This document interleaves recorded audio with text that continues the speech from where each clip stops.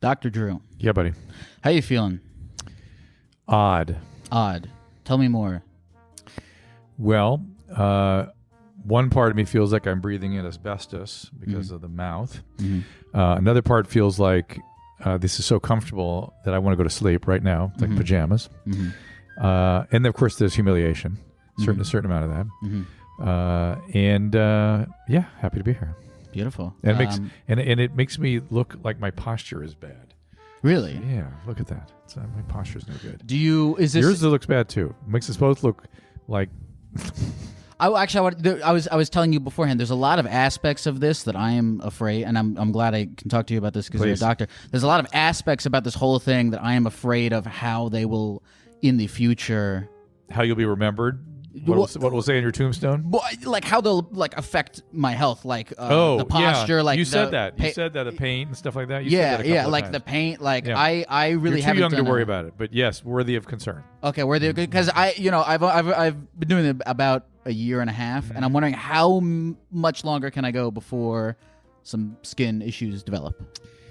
The makeup is designed not to hurt you, unless you've got something in here that I'm not aware of. But some silver with some product in there that I should be scared of. Usually, it's not, unless you get this shit from Europe or something. It's a talc based paint. Yeah. Oh, I see. Is that bad? I heard bad things about talc. Mostly it's ovarian cancer. So I don't know. Geckos, they have sex are they hermaphroditic, or they come in different sexes? I do not have any ovaries. No ovaries. To You're worry probably about, better off. You're good. Okay, you should be good. Okay. So, Dr. Drew, I mean, what has been the most persistent thought on your mind lately? When are we going to get out of all this COVID nonsense? Okay, that's a good one. When are we going to be sort of returned to normal? And I think people, if the Super Bowl is any evidence, see how uncomfortable these chairs are. That the Super Bowl is any evidence, I think people are ready to go. People are ready to get out and do things. And here I am sitting in a green outfit. We're doing a thing right now. We're pretty close to each other. Yeah. I didn't even think about it. Of course, I've had COVID twice, and I've been vaccinated. And I'm about as immune as you can get. Is there a thing in particular that you want to do that COVID is stopping you from doing? No, it's funny you would ask that, because I kind of have that conversation with myself periodically. It's like, well, what is it you want to do that you're not doing? Right. I'd like to fly in an airplane without a mask. I'd like to do that. Well, if you're eating the peanuts, it's like... Yeah, but they are on you now. You have to put it up between bites. It's really weird.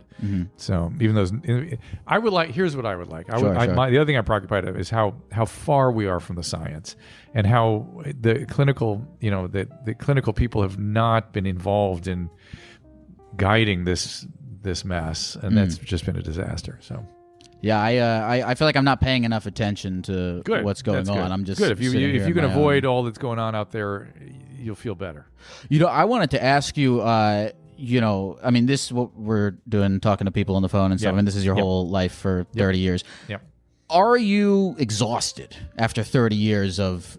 No, everyone's everything. No, because I love people, and I find their problems fascinating, and every time I'm talking to somebody for whom it is important, you know what I mean? They find it important, so I find it important by being compelled by their feeling states. And and I learn new things even now. I mean, I haven't heard everything. I feel like I've heard everything, but I'm sure I haven't. And I get a little troubled when there's no structure to the relationship, and somebody backs me into the candy section at the 7-Eleven with some crazy questions. Right. And I feel bad because there's no beginning, middle, and end. And usually the kinds of question they're asking would take to help them with, let's see, I'd have like 3 minutes with them, take about 7 years to actually make a difference. Does that happen to you a lot? You'll get ambushed by people? Yes. It will be like, hey, I need you right this very minute in this candy aisle. Oh, yeah, constant.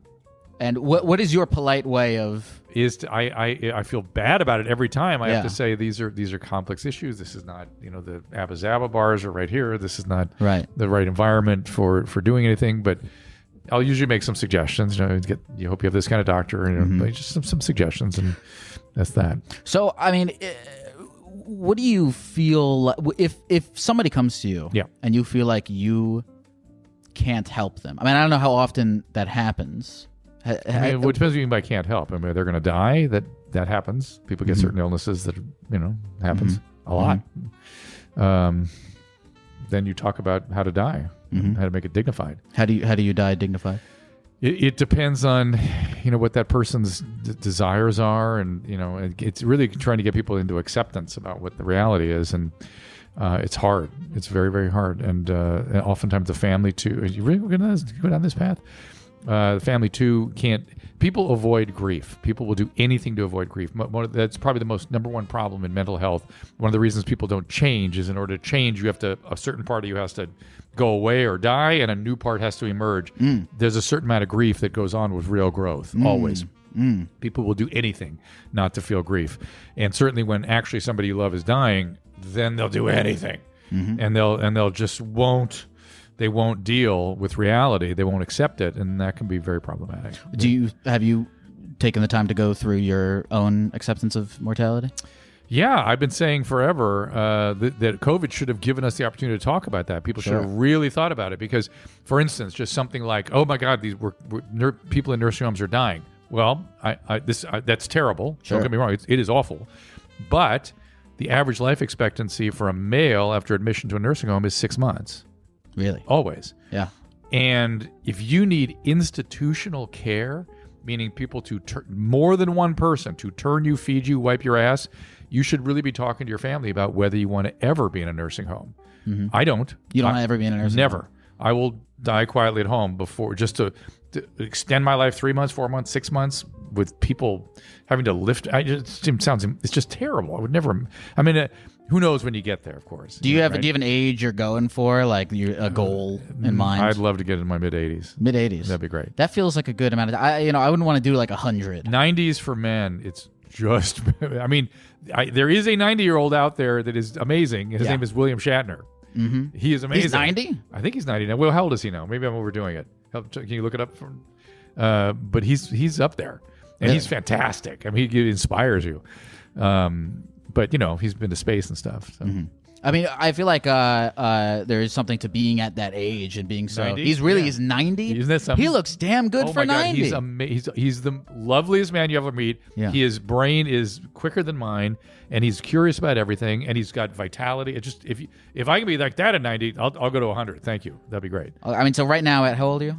63. 63. Do you feel like you're 63 you're or gonna 64? You're gonna get there? No, sometimes I do, sometimes I don't. I've had a rash of little screwed up medical problems lately. Prostate cancer, diverticulitis, all kinds of lovely things. I mean, who do you go to when you're a guy who, people come to you with their problems? Who do you go to when you have problems?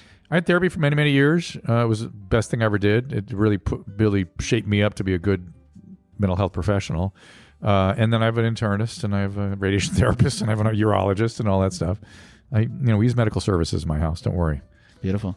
Well, listen, folks, Dr. Drew is, this is the first time we've had an actual licensed physician. Yep. Dressed as a gecko. Dressed as a gecko medical person. And speaking of which, sure. Are there any ethical issues that this creates for us? Are we adopting a cultural? Are we co-opting some cultural, or is like green face a problem? I thought you meant ethical issues of well, I guess me giving unlicensed whatever. I won't even get. That's too deep for me to even go. I'm just wondering if are we offending any geckos? Am I appropriating the gecko community? Is green face an issue? Well, I'm a gecko, so I'm allowed to do green face, and you're also a gecko now, which makes you allowed to do green face. Oh, which is interesting. So once you become it. You just are it. There is, the thing about geckos, not a whole lot of gatekeeping in the community. It's very easy to declare yourself as one. Maybe you ought to lead. Yeah, they need some more. It's because they're afraid. They're afraid to declare their gender identity, their sexuality. Maybe you could be a leader in this. I would love to speak on behalf of all geckos. That's good. Let's see what happens. That'd be great. Let's see what we got here.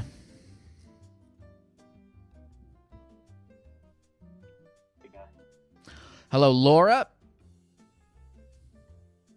Hello.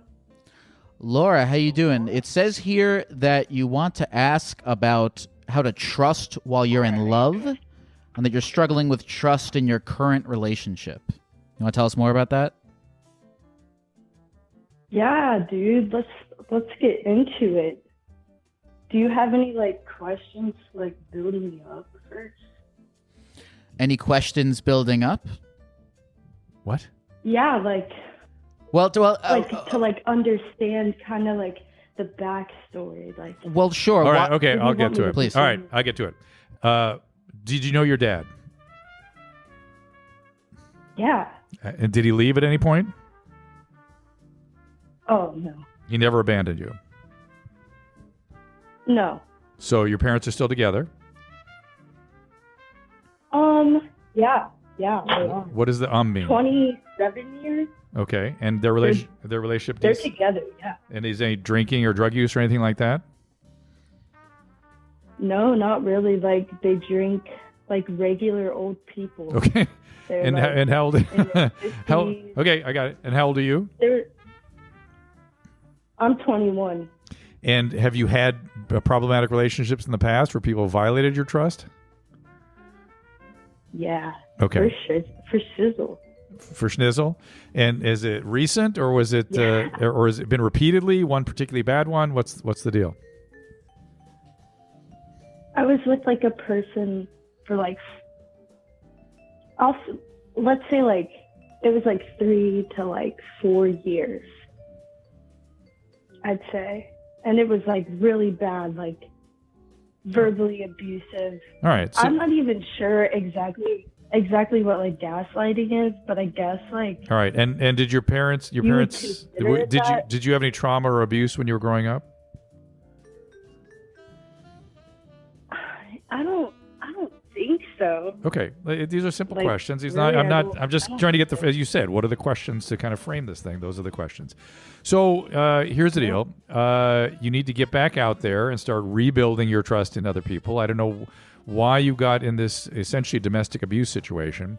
You might want to look at the cycle of domestic abuse. Just Google that.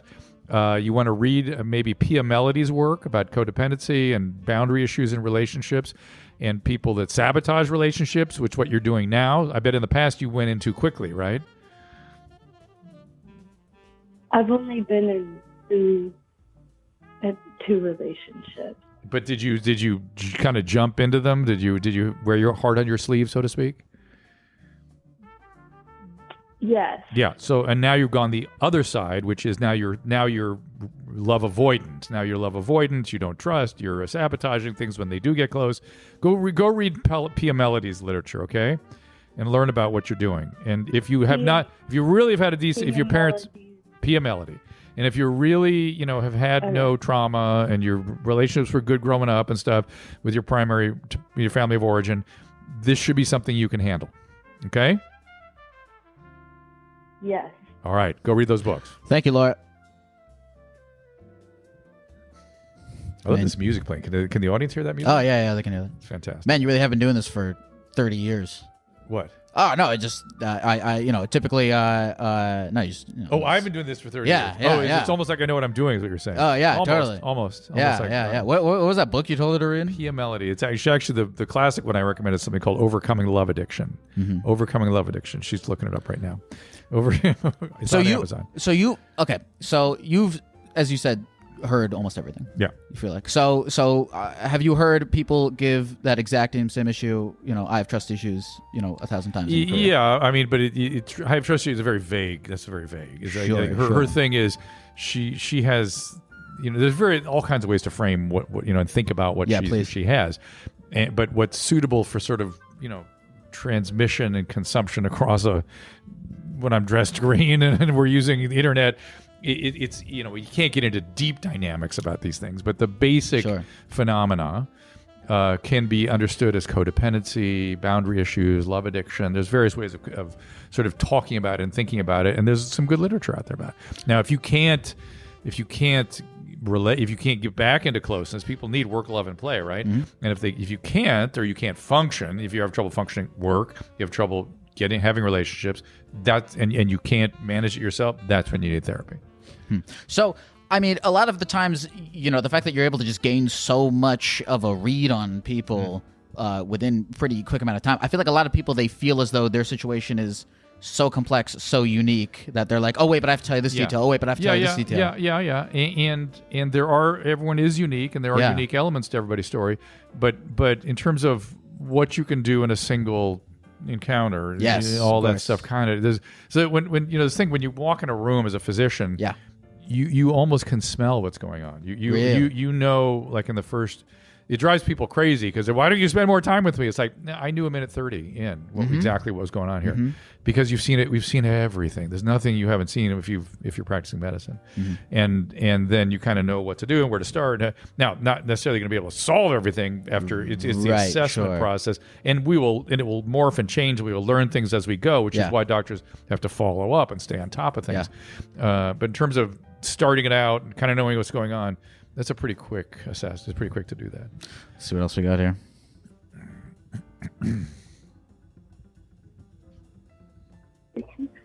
Hey, Chris. Yeah. Chris, it says here you're not sure what to do with your life. You currently run a shoe business. You want to be an actor, and you're not sure how to make it. And you're 21.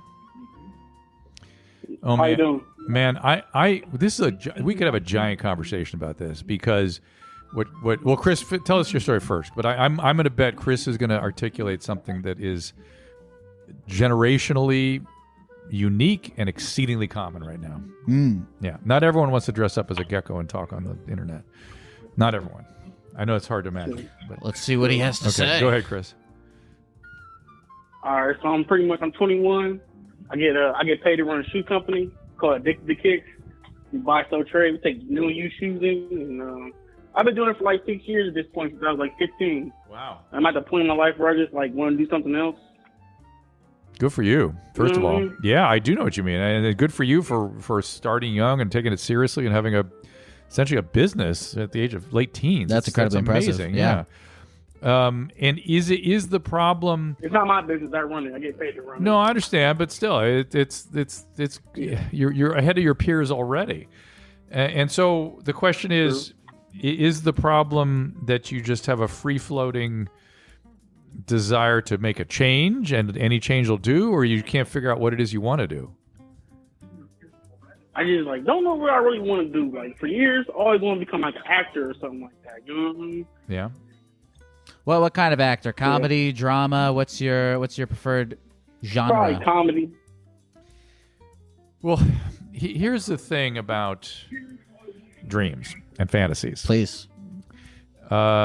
They have to align with reality, okay? And so one of the things I've noticed about people in their 20s is they have lots of big ideas that are wonderful, but aren't they don't get started, or they aren't steeped in any reality, or really even know what it would be like because they've never done it. So if you're gonna your whole life harbor this desire to have been an actor and regret whatever else it is you do, that would not be good. So the trick would be to go. Where do you live? Does it say over there? No, I didn't say. Yeah. I live in Columbus, Ohio. I mean, I'm sure there's a big school there, and there's got to be a big theater community. Go do some theater and see if you really actually do like it, and do some acting classes. And somebody who really likes that won't want to do anything else. That's all they'll want to do. They'll just be in, and that'll be that. And then how I do it, whether I'm successful, won't matter as much as this is what I must do. And find out if you really like it. You may not. The reality of it may be far, far, far different than the fantasy. I mean, what made you want to get into this in the first place? it was just like I like seeing it on TV, like people being other people. You know what I mean? Like you see their personality when they're on like a runway, but like on movie they're Batman. You know what I mean? Like that's interesting to see. Like, so I think you can be somebody else. Yeah, I think I had a little fantasy like that when I was younger too, and my fantasy was I wanted to be in the I wanted to be in the fun in the film. I wanted to be part of what was going on there. Not having any idea what was actually going on. You know, that to take that one shot of Batman just looking past the camera takes 19 guys setting up the lights. And you're not in the film. You're on the film set. You're not even there. You're in the trailer. Yes. And you come out. They light you. You go back. Somebody else comes out. You go back. You learn your lines. You go back. You never see the other actors. Right. They're just taking a cross shot at you, and it's a lot different. Now it might be something you really, really like and be really, really fun. It is kind of fun and exciting to be on these environments, and they're creating something fascinating. But the reality, I think I wanted to be in on the creative process too. I think that was part of my fantasy. Yeah, because I still liked that part. I still like creating stuff. Do you feel as though you've ascertained that goal? Yeah, I'm sorry, Chris. We're gonna talk like you're not here for a second. It's You're good. Yeah. I've noticed. I've talked to a lot of people in all kinds of entertainment businesses, and nobody seems to be doing what they want to do. Musicians want to be actors. Actors want to be want to be rock stars. Producers want to be actors. I'm doing what I want to do. I kind of feel like pretty good about what I'm doing, and I like it. And it's fully integrates who I am, and that's Chris. That's the goal, Chris. The goal is to optimize all the talents you have, and integrate all the parts of you, and then do something with that is a real expression of that. Does that make sense? Yeah, I see what you're saying. What do you think? I can do. Oh, I agree. Yeah, I mean, Chris, to what you were saying, like, what are all the different aspects of you? What's important to you? I mean, what's your, like, I mean, I kind of feel like I'm doing that with this. It has to be, because you wouldn't be dressed up in a Gecko outfit otherwise. Yeah. You know what I mean? It speaks of a creative connection to the process. You gotta like it to do this. You're into it. Right. You're committed. You're into it. You like it, but you didn't do it and then not like it. You did it and you probably liked it more. Oh, I don't like it. Sometimes. I mean, everything. You don't like has, talking to me. I know that's a different thing. No. I mean, everything you're gonna do has aspects of it that are unpleasant. But right. Yeah, I guess. Well, then that means you should. When people say stuff like that, I always think you should have had a. What did you do before this? What did I do before? Oh, I produced comedy shows. So you had to do producing. Yeah, producing. I was doing producing. Yeah, you got that's Chris. It's also important to have had a job that was hard, because then you'll appreciate the other things that are more creative and maybe not as arduous.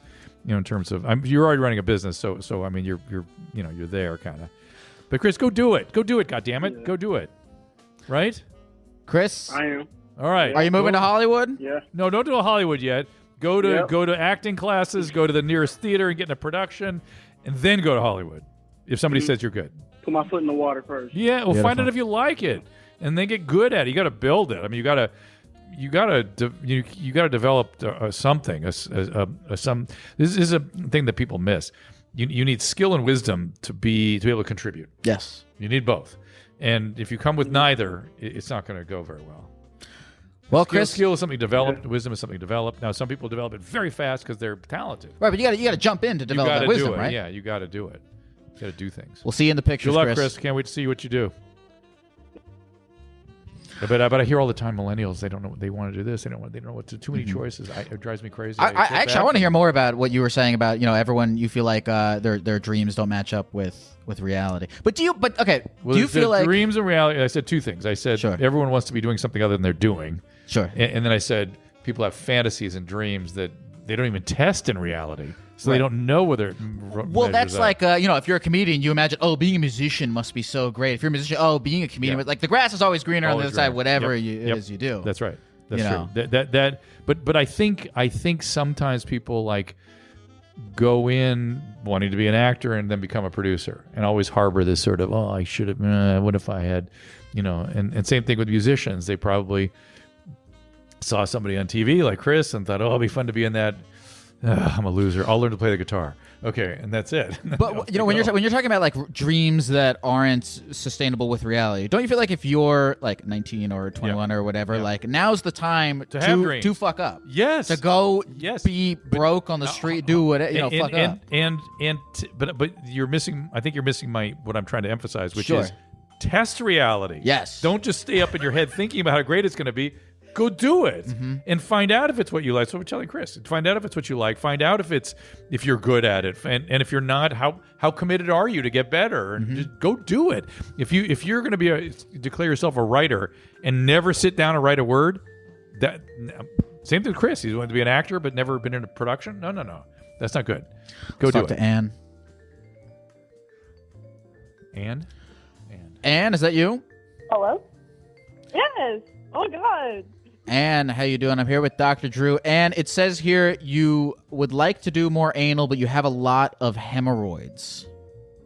Well, it's not like a lot, but I've had a history with it in the past to the point where it hinders me from, making the decision to try it. All right. And were you pregnant or anything when you had the hemorrhoids? Oh, no. I just shit a lot. You just shit a lot. Is that what you said? I mean, I'm being, no, yeah. I don't know why, but I shit at least 3 times a day. All right. The health. That's all right. There's Is that healthy? Yeah. There's no shit standard. I thought there totally was. No. And so, but you've never been pregnant, correct? No. Okay. And how old were you when you first started noticing hemorrhoids?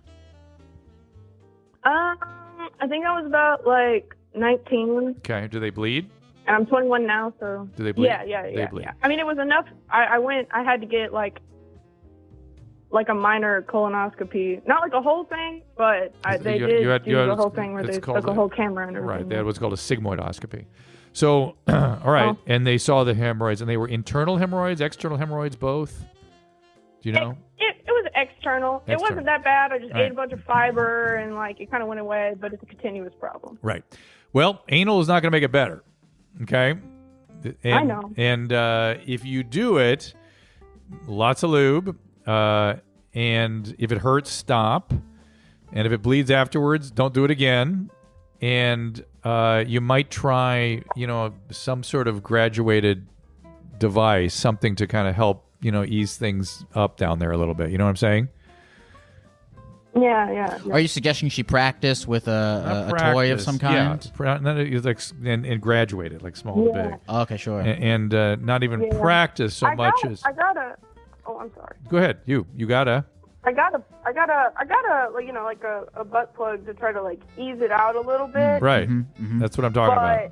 I hadn't used it in a while because last time I did it, there was like a minor incident and it hit my boyfriend in the balls. Oh my God. It was not good. You're the best. Well, here's to Anne for courage and fortitude and persistence. Oh, absolutely. Yeah. Anne gets the award today. And who's more interested in having anal sex between you and your boyfriend? Well, that's I was going to go down that path. So go ahead, answer. Yeah.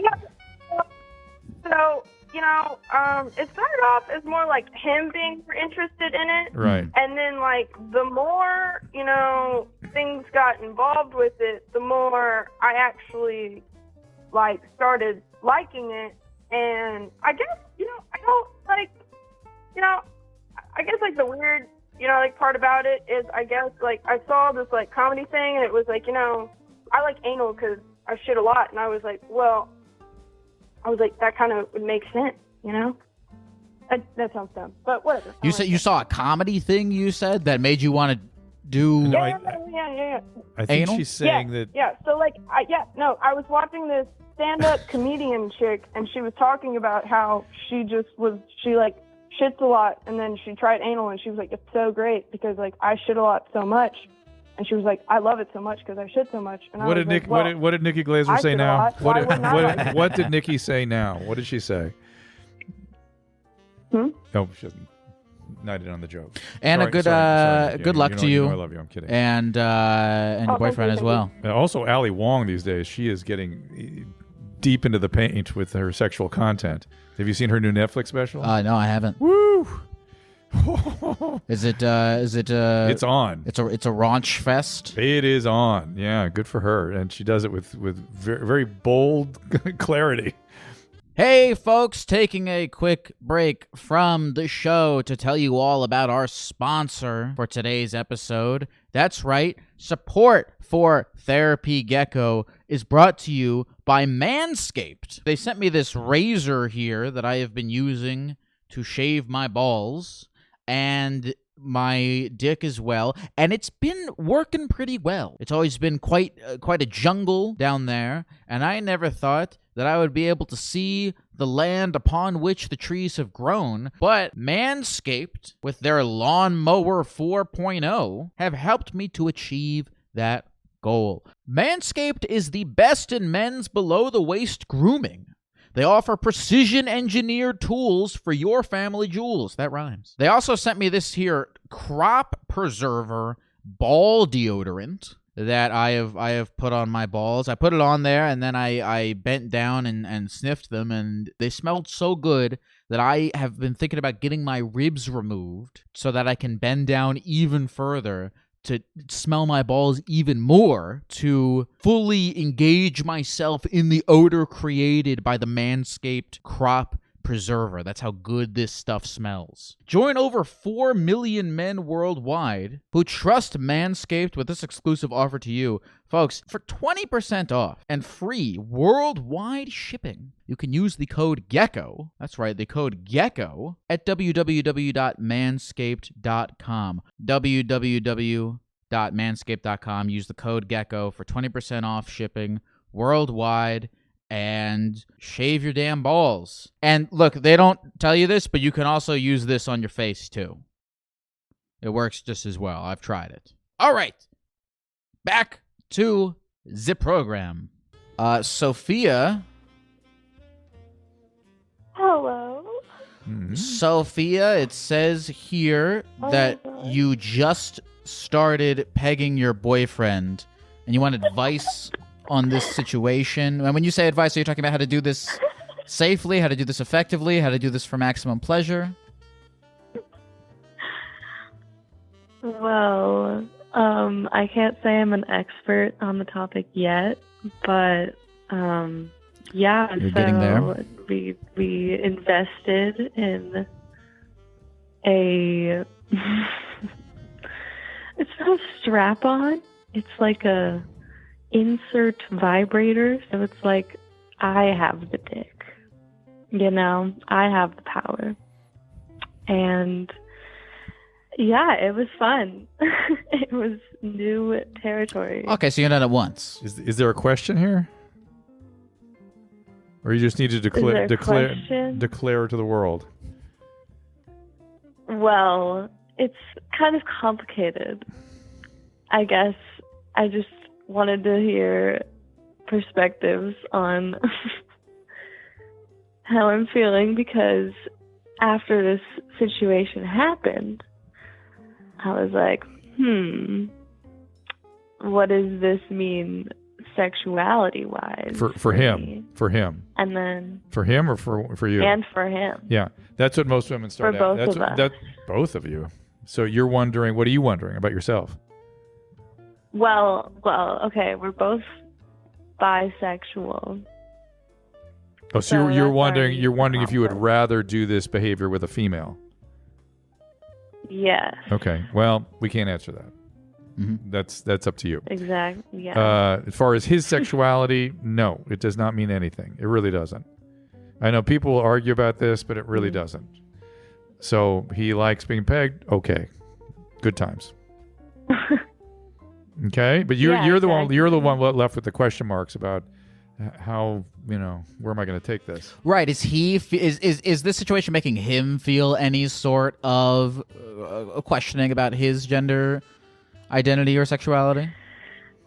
I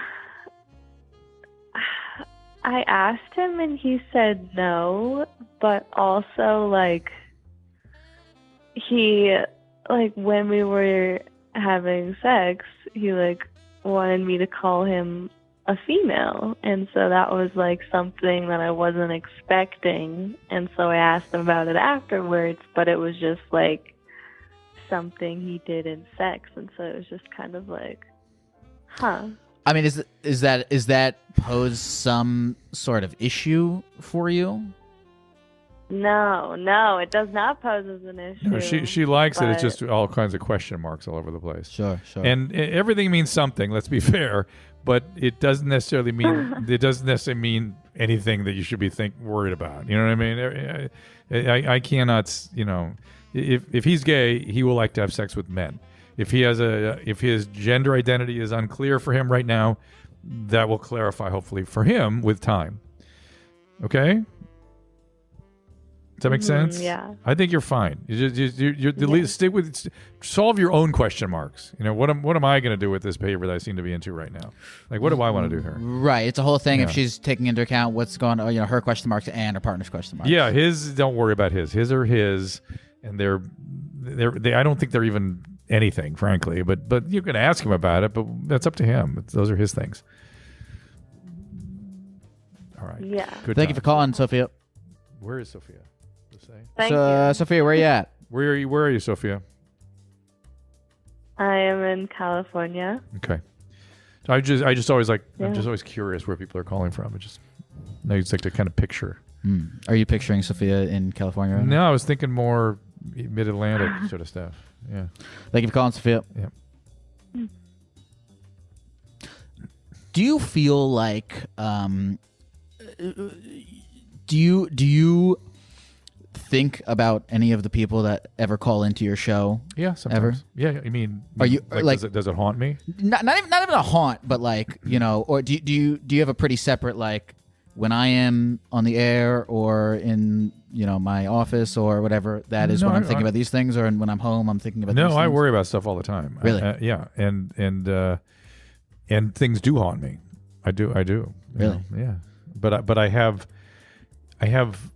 enough experience and sufficient boundaries that I may not let it infect me, in the sense like I know what my limitations are. Sure. I know that I've done all that I can. Sure. But it still, you know, it affects you. Has that been a learning process, like earlier in your career? Do you feel like that was haunted you mostly more? therapy? Sure. Years and years and years of really good therapy, and my boundaries got very clear with that. You know, I have a lot of people who call in and they tell me things like, you know, I tried talking about this with my real therapist, but they feel like they weren't helpful. Do you have any way that you identify if somebody is a good therapist, or if you feel like they're a fit for you? Yeah. Oh, yeah. There should be, you know, certain letters after their name, ideally. You know, LCSW, SID, PhD, MD, these kinds of things. And they need lots of experience. And there needs to be clarity about what it is you're doing in therapy, and what are your goals, and what kinds of techniques that are used to achieve those goals. Generally, therapists shouldn't be saying very much at all about anything. They should primarily just be sounding boards. They should be reflecting with their face and body emotions back to you as like a mirror of the emotions. They should be asking challenge and very, very strategic questions to kind of keep the emotions moving forward. Yeah. And that's it. If therapist is telling you what to do, run. Yeah. Yeah. So that's not what therapy is. You know, I kind of stopped going to therapy because I was journaling a lot, and I felt like, oh, well, this is, you know, all therapy is like, sort of what you're saying is like you're getting reflected back at you. It's different things for different people. It really is, depending what the brain is very complicated. It's a brain body that you're dealing with in therapy, really. And, you know, if you can get what you need out of journaling, if you can get it from CBT, I mean, there's all kinds of things out there, lots of resources, and many people get what they need. They find ways to get what they need from it. I needed microsurgery. My bodily based emotional system was not well connected to my brain. Your bodily based emotional system. Feelings. I'm always neglecting how much of my mental state is due to completely and utterly internal things. Correct. I'm constantly. It's a brain body. It's a brain body. It's not a brain. It's not an emotion. It's not a limbic system. It's a brain body system. And because I didn't get certain stuff growing up, I got it in therapy, and it connected me back up, and so I'm pretty good now. Let's talk to Maddie. Thank you for your calls, everybody. These are good calls. Maddie? Hello? Hey there. What's up? Oh, there we go. Hi, what's up? Maddie, how you doing? How can we get you this evening? I'm good tonight. You know, I was wondering, what's the statute of limitations on opening a Snapchat? The statute of limitations. So, I mean, it says here that you're struggling on getting back to people in a timely manner. Yes, definitely. Do you have any advice on? Because I'm sort of dealing with this too. On like, I'm not understanding the question at all. I feel like what did she say? My read on this is, Maddie, it sounds like you're getting overwhelmed with the fact that your phone is constantly calling upon you to answer it, and you're wondering the boundaries you should set in that arena. Is that correct? Definitely. Oh, it depends on who it is in the relationship with that person. Who is there somebody in particular that this is going on with? Not in particular. There are like a couple people like who have been messaging me, and it's like oh, like maybe I'll get around to opening this, maybe not. But it's not really dependent on the relationship as much as my own anxiety with opening it and what I'm going to respond right away. But what kind are these peers? Are these your parents? Is it bill collectors? Oh, definitely like acquaintances of mine, like people I'm friendly with, but people who I don't have that kind of like relationship with. That is a great question. I don't think people my age understand it at all. I mean, you speak. Anybody under 30 is sort of fluent in this stuff. And you probably have a lot of feelings about it. My thing is like, I just go, why are you bothering me? Why you don't really want me to respond? I hate texting. Is this on texting we're talking about?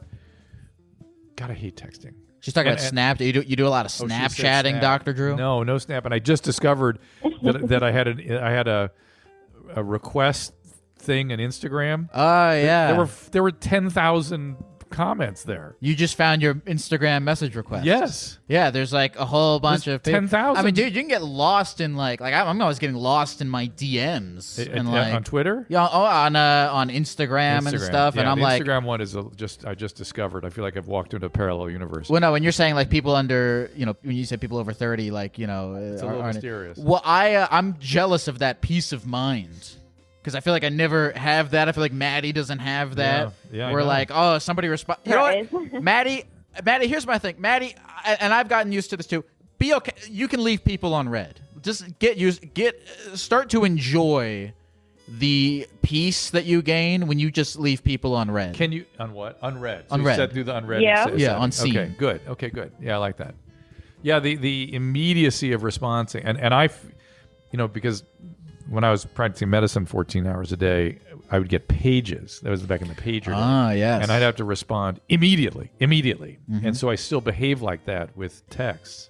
So you respond to every text immediately. Immediately, and I have a reaction every time too. Like, what is it?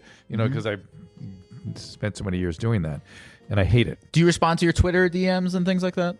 My Twitter DMs is a pretty lean territory for some reason. Yeah, I do because it's all people I kind of know. I don't have just anybody in there. But clearly in my Instagram, I've got to do something with that. I don't know quite how to manage that. Maddie, my thing is like if you, first of all, if you don't care about these people, then leave them on red if you don't care about them. But if you do care about them, then they should respect your boundaries enough to be like, to not get upset with you for leaving them on red. Right, you have to train people. Yes, you have to train people to be okay with you leaving them on red. And you can get back to them eventually. Okay, yeah. I think now, how long is too long to leave them on red? I don't think there exists an answer to that question. I think however long... We need an international convention on this. We need a Geneva Convention. To set an objective standard amount. I mean, I would say 6 hours is very reasonable, right? Fucking never respond to them. Who cares? It doesn't. That's what I'm saying. It could be a day or two, and that'd be fine also. But I mean, if it's 6 or 8 hours, I mean, that's very reasonable, I would think. Mm-hmm. Here's the thing: the people in your life who are the real ones, they'll be there when you're ready to talk to them, and won't be upset by you leaving them on red. Right. What are you doing? You dishes? Building a cabinet? My dog is playing with his bone. What? You know what? Here's what I want you to do. Turn your phone off, throw it into a river, go hang out with your dad, look him in the eye, smell him. Talk to somebody. Give him a hug, feel his I don't know if I want to smell him. This is back to the brain-body thing, which is that's how people communicate in space, like two bodies in space. Very important. Thank you for calling, Maddie. Yeah, of course. Thank you. Have a good night. You too. Life before cell phones sounds like it's. I mean, I sort of grew up with all that shit. It was better having a cell phone, for sure, because you weren't running, at least in my profession, running for a phone all the time. Right. It's terrible. But smartphones put a whole different new wrinkle into it. I love having emails. If people would just stick with emails, I'd be okay. But no one. So you say you have this like thing when like everyone time. texts. But text, okay, but so how many times? Okay, how many times like I feel like after so many times of somebody texting you, you go, you check it, you realize it's like a bullshit thing. Somebody sending you a video, just whatever.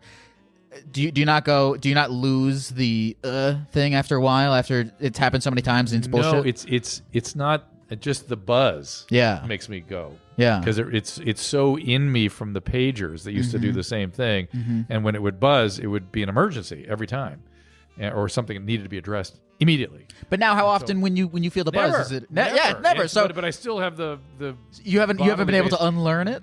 The reaction is still there, and then I still do this thing of getting to it very fast. I get to it really quickly because I feel like, if you're texting me, you must want to have a response. That's why you're texting. Otherwise, you'd email me or whatever. So I like a phone call. I'm OCD. You have a little OCD, yeah, so I'm very compulsive about everything. So do you always keep inbox 0, as they call it?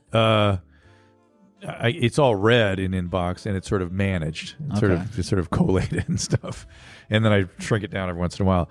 But my wife has an inbox with 105,000 unread emails, and I can't even look at it. I can't even look at her little phone. That red 1,500. I can't even. It drives me crazy.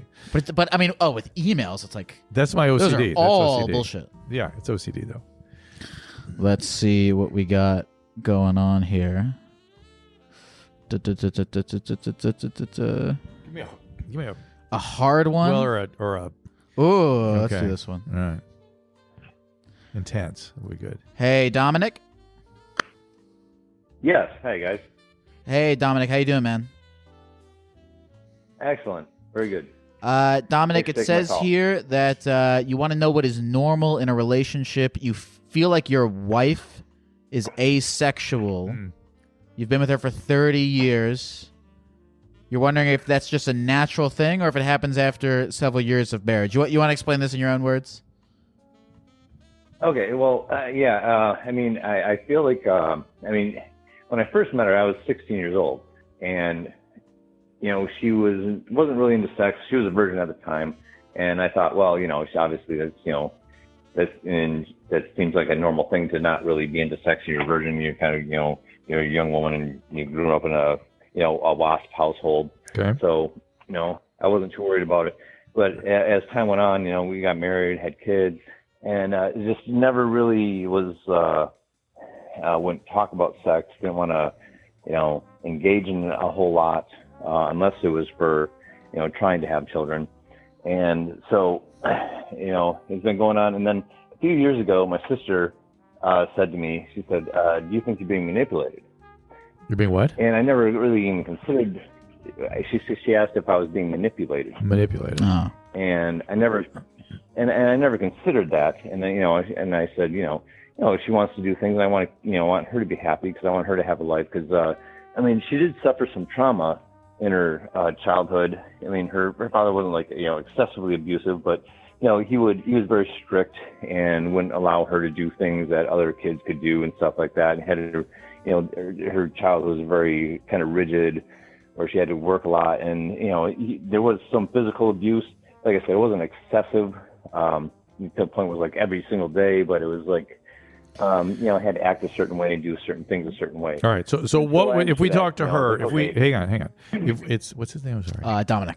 Dominic. If we talk to her, what would she say? What would she say about your relationship, physical relationship? I said, what's your wife's name? I'm going to make up a name. I don't care. What do you want? Sue? Marie. Marie. Okay. So if I said, Marie, what's going on? How do you what's going on with you and your husband? Are you guys close? Do you have a good physical relationship? What would she say? Well, she would say we have a good relationship. All right. And then what about the physical part? What would she say? They're not, no, not really the physical part. And would she say, very, would she say, I missed that, or we had it at one time, or I'd rather it be this way? What would her position be, you think? Oh, no, she would not miss it at all. She's definitely 100% doesn't miss it. And there wasn't really a major physical relationship at any point in our relationship. I just thought as she got older, maybe that would, she would mature, and it usually gets worse unless you take hormone therapy, things like that, because you have to menopause, perimenopause, just to shut, testosterone is produced by the ovaries. That's the major source of libido. And you have to get on some kind of estrogen, testosterone, progesterone kind of replacement. It has its own risk. You have to discuss it with your doctor. But, a lot of women need that in order to continue to be sexual after a certain age. So you're now fighting biology on top of whatever was going on in the first place. I don't know. You sound unhappy with what's going on. Well, I mean, I'm not unhappy with the relationship necessarily. It bothers me because one time she said to me, she doesn't think that she can ever experience the feeling that I feel, during a sexual intercourse, and that really hit me hard. Does that mean she's never had an orgasm? No, she has. Okay. Yeah, I mean, just I'm sure she has. just not at least yeah, but at least she just doesn't have the intensity of the experience. So I don't know. We're not going to be able to solve that here. That's for sure. Yeah. Right. But yeah. I if it was bothering me, I'd sit down and talk to somebody about it with her. It doesn't sound like a situation where I'm being manipulated by her, where she's just like using sex as like a tool to, like, just because she has a low libido, so she uses that as something way to manipulate me. You don't think? No, nothing you've said to me sounds like that at all. But you want to be closer, and that's it. You just want to be closer, and there's a physical piece that could help you be closer. And she might not be willing to work on it. Maybe she is, but it's something you could definitely work with a professional on, somebody who has experience doing that kind of thing. Okay. Oh, sorry. All right, man. Good luck. Thank you. Thanks, Dominic. All right. See what the dog's barking and stuff. I was imagining, where is he? West Virginia? Where is he? Nebraska? I could see Nebraska for him. Yeah. So, have you had any experience like couples counseling? Is that ever anything you do in your practice? We've done that. Oh, my practice? Yeah. Oh, sure. Have I been a patient in that? Mm-hmm. Yeah, that also. Now, at what point what is the goal? I've wondered this because whenever I get a call like that, I always wonder, like, is the goal of the couples counsel to fix the relationship or to find the truth, even if the truth is these people should not be together? Most good couples therapists will start with those kinds of questions. Like, what are we doing here? So they ask them. They're like, do you guys want the truth or do you want to fix it? Are we trying to break up here, or are we committed and want to stay together? Most people, that by the time they get to couples therapy, are sort of on their way out. Okay. And they got to get very, very honest about that stuff, so the therapist can do the job, whatever the job is. Mm-hmm. And if it's to make things closer, then there's different versions of that too. Or how honest are we willing to be here?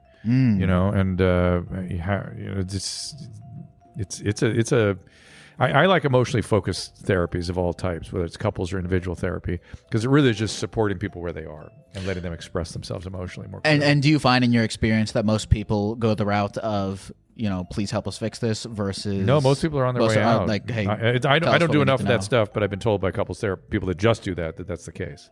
Mm-hmm. Mm-hmm. I'm doing it always in the context of drug addiction, alcoholism. So it's trying to get people to hear each other for the first time in a long time, often. Mm-hmm. And I mean, does that get wild? Yeah, it can be wild. Yeah. It's very intense. I deal with very, very, very sick people. That's the thing. Yeah. How do you? I've asked you this question a bunch of times in various forms, and maybe it's just me. Maybe it's just me. Maybe I'm not hearing it. Ask me more directly. Amazement, because directly. Like, how the fuck do you deal with that? Why did you go home upset and stuff? Again, it's like kind of like being an ambulance driver or something. Sure. You have a skill set. You drive up to the disaster and you help to the best of your ability. Mm-hmm. That's all you can do. Mm-hmm. And some of the stuff stays with you. Some of it is just interesting. Is there a call or anything like that has stuck with you to this day? Yeah, people always ask us that stuff. I remember a couple of Vietnamese twins that were separated when they were little. One went to Denver, one went to the Orange County here in local or something, and the one from Denver called us because the one here was being sexually abused, and we tried to help intervene with that. Mm-hmm. Had a guy named Brutus who was having his name was, can't remember his name, his dog was named Brutus, and he was engaged with his dog. Oh, he's literally engaged to his dog. Well, he was having sexual relations with the dog. Specifically, the dog was having sex with him. The dog was having sex with him. Yeah, and that was weird. Mm-hmm. But I learned a lot about zoophilia. I tried to stay open-minded about it. Okay. Because we kept him on the line for like an hour and just talked to him because it was so you could tell he was quite serious about it. Any big takeaways from that about zoophilia? My sense was that there was a lot of early childhood severe neglect. Okay. So like an attachment disorder kind of thing. So you attach to a dog or a person. What's the difference? Is there always an answer? Is it ever just this guy likes to have sex with giraffes and that's it, and you cannot explain it? Well, yes, sure. Sometimes it's just. I mean, just like anything, it's just sometimes in the brain. Mm-hmm. So there's always, biological, genetic, and environment. It's all the interplay, but it's never all one or, it's rarely all one or all the other. It's always a combo. They may predominate genetic or predominate environment, but it's always that relationship that results in the whatever we're looking at. Mm-hmm. Gene-environment interaction, everybody. Gene-environment interaction. Hey, folks, I got another ad read here, and it is one of my favorites. I love these guys. I'm wearing them right now. You already know who it is. I've talked about them before. That's right. It is Sheath Underwear. Sheath Underwear, my favorite underwear brand. Go to sheathunderwear.com and use the promo code GECKO for 20% off and grab yourself some wonderful boxer briefs, okay? I love Sheath Underwear. I have completed my task of replacing all of my boxers with Sheath. I now own no underwear that is not Sheath. They're consistently comfortable, consistently durable, and I love wearing them, and I think you will love wearing them too. Please go to www.sheathunderwear.com/gecko to support the show. It's genuinely been a very nice transformation away from the aloof nature of my boxers that kind of take whatever shape they feel like taking on any given day. The Sheath Underwear is a lot more disciplined in the way in which it forms itself around my butt and my balls to craft a very fine image of my package, and it will be able to do all of the same magic for you. So please go to www.sheathunderwear.com and use that coupon code GECKO for 20% off. Doing so supports the show, and it supports a pretty damn good company that I enjoy working with very much. So, all right. Thank you, guys. Back to the show. Hey, Kelly.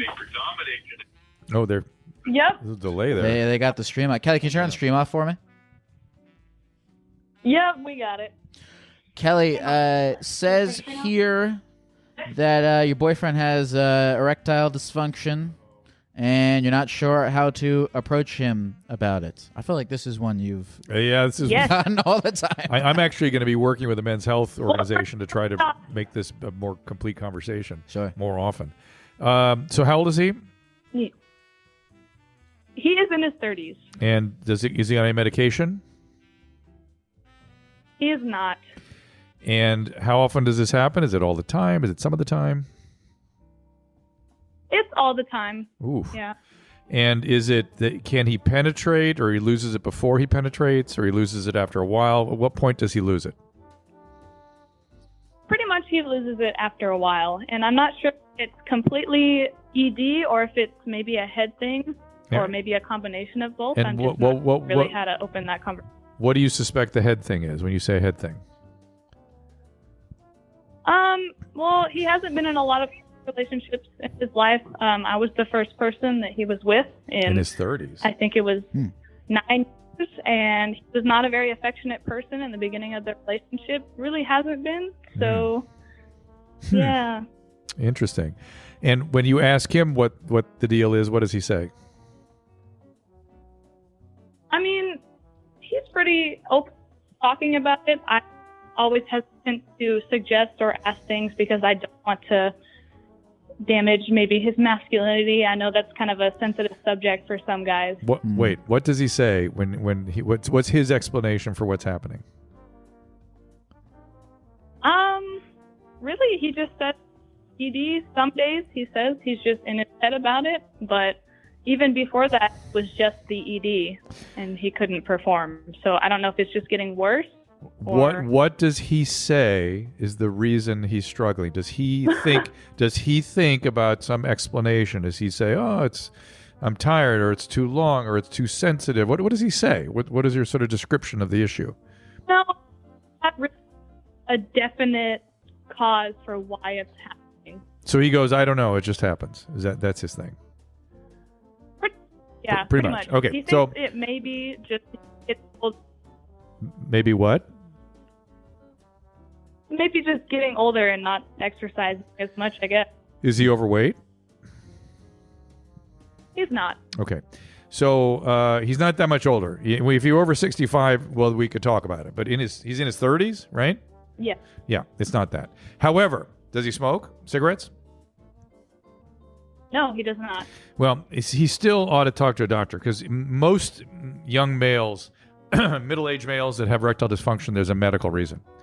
And so he needs a thorough, complete medical workup. Heart disease being number one, or vascular disease of all types. But there can be hormonal problems, there can be neurological, but there can be lots of stuff that is contributing to this problem, and it needs to be fully evaluated. So numero uno, complete medical workup. And some of the stuff that can cause erectile dysfunction is kind of serious and needs to know about it. So numero uno, that's number one. Yeah. Number two, you what? I've tried to get him to go. But Well, he not to go, always not to go to evaluate his erectile dysfunction, to evaluate the potential causes, what medical causes might be contributing here. That could be dangerous, and he needs to know about it. Diabetes, all kinds of stuff. So that has to happen. Number two, younger men, are typically kind of younger than 30s. Yeah. When they have erectile dysfunction, it is very common these days, and it is often from porn excess. That guys are losing their chi to the pornographic material. Yeah. You know what I'm saying? And it's getting worse. You can go inside the metaverse and fuck a pocket pussy that corresponds with some sort of. Oh, no. I mean, it's only going to get progressively I'm sure it's worse. going to get that way. Yeah. But if it's not already. But men are losing their chi, depleting their chi to the metaverse. Yes. And I don't think that's what's going on here, but just for other people who are listening, that's another reason for younger men to get this thing. And almost no matter what the cause, once the medical issues have been ironed out, using a PDE5 inhibitor, these medicines that we're used to using for erectile dysfunction, can kind of get them back a little bit. There's no problem using those medication, even if people that don't have chronic need for them or aren't very much older with whatever medical issues, it can be a way to get over anxiety. Like if somebody has anxiety and they worry that it's going to happen again, get on the PDE5 and you'll be more likely to happen. You'll just sort of get over the anxiety. The other thing is, if the erectile dysfunction occurs early, particularly, more often than not, again, particularly with younger males, it's not because he's not into you, it's because he's too into you. Really? Yes. The guys are having sex because they want to be there. So they want to be there, trust me, or they would not be there. But if they lose the erection early and they tell you I'm too into you, that is the truth. It creates such an overwhelming desire to please and to be a part of this, and they're so taken with this person. Oh, it's like a stress thing? It's an anxiety thing. It's sort of like being overwhelmed by it. Oh, like a performance anxiety type it's of thing. It's all these things together. It's all that together. Yep. Yeah. You what? I hear a lot. I think that could definitely be part of it, because he does tell me often, it's not you. It's not you. So, but if it's not me, then what is it? Well, right. And it rarely is the female partner when men have erectile dysfunction. Like that's the exception. When that happens. You said specifically that you're having problems approaching him about it. What is making you nervous about starting the conversation? Because I know that, subjects like that, especially involving their masculine parts, can maybe be a little, I don't know, I don't want to hurt his, he's a very sensitive man. So I don't want to approach that in the wrong way, especially because I'm not good at explaining myself. You can be a little abrasive, You can be a little abrasive? Once. You're a little abrasive? Yes. I don't experience her that way, but anyway, let's say you are. Don't worry. You're not going to offend him. He knows he's having erectile dysfunction. Right, he wants to solve it too. right. You're not, by talking about it, you're not going to somehow make it worse. I almost feel like that makes it better because if you start, because he might want to start the conversation, but you going out there starting it first, it's like, okay, she knows, we both know, we both want to fix the issue. Yeah. Men generally aim to please. Yeah, that's generally true about men. He's down to work it out. Yeah. Put more effort. What's that? I think she said, why doesn't he put more effort into please? I think that's what she said.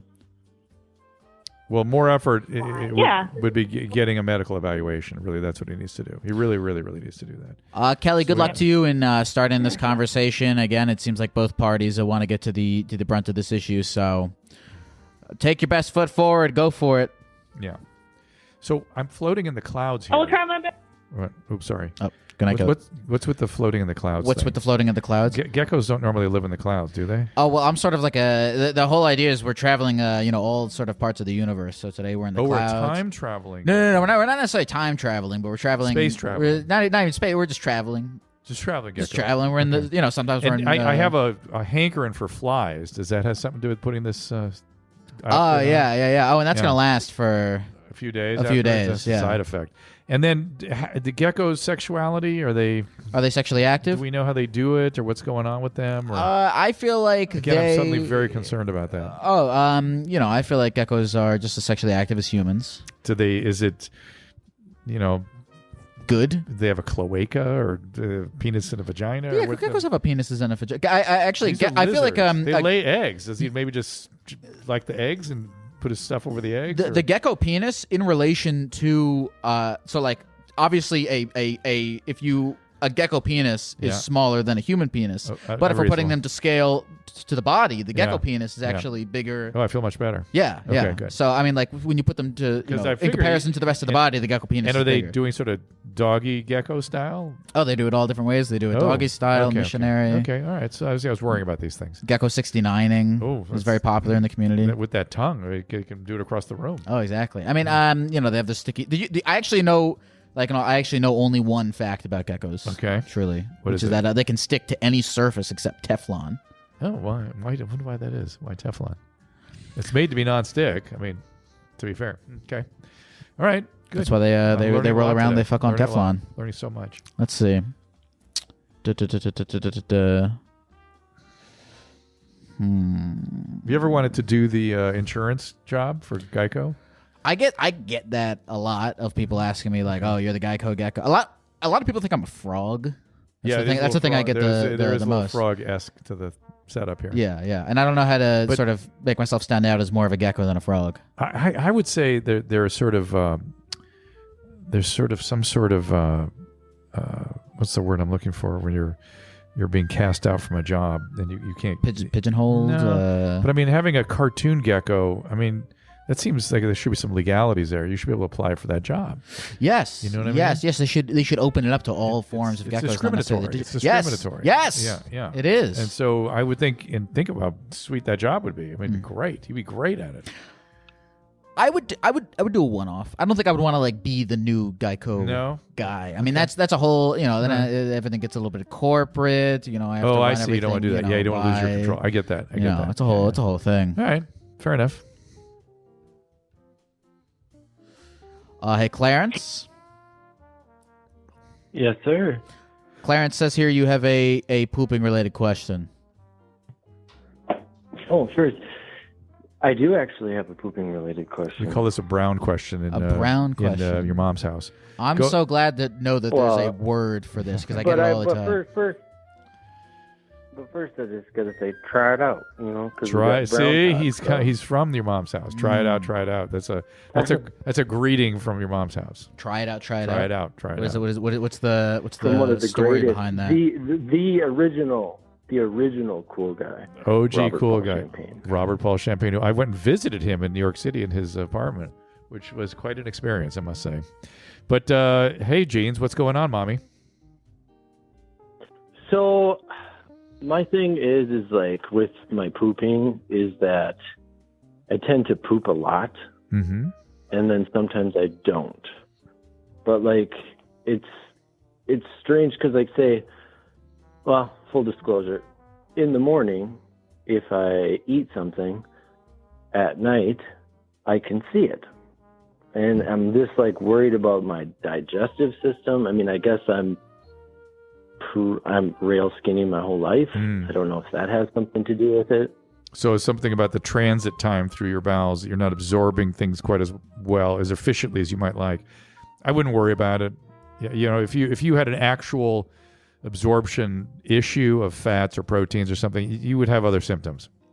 Maybe, you know, consider yourself lucky. Whatever it is, it keeps you skinny. Increase your calories, increase your, you know, amount of food, and you'll compensate for that. But is that the brown issue? Yeah. I mean, it's just like but the thing too that also happens is I notice is if I like on the weekends when I'm not working, I tend to overeat, and then it'll be like Monday morning, and I'll poop like 4 or 5 times in the morning. Okay. And we're talking normal poops. Okay. 4 or 5 times. Yeah. Within like a 2-hour period. That's and okay. It blows my mind. That's all good. That's okay. Oh yeah. Okay, You're fine. You should listen to After Dark that I do when one of the people in one of my engineers. You mean the gargoyle? The gargoyle. Yes, good. You listen. Well done. So he's doing once a month, dude. He's pooping once a month. Once a month. Jesus once a month. Christ! Yeah, it makes no sense. It's wild. It makes no sense. And you're telling me that's healthy?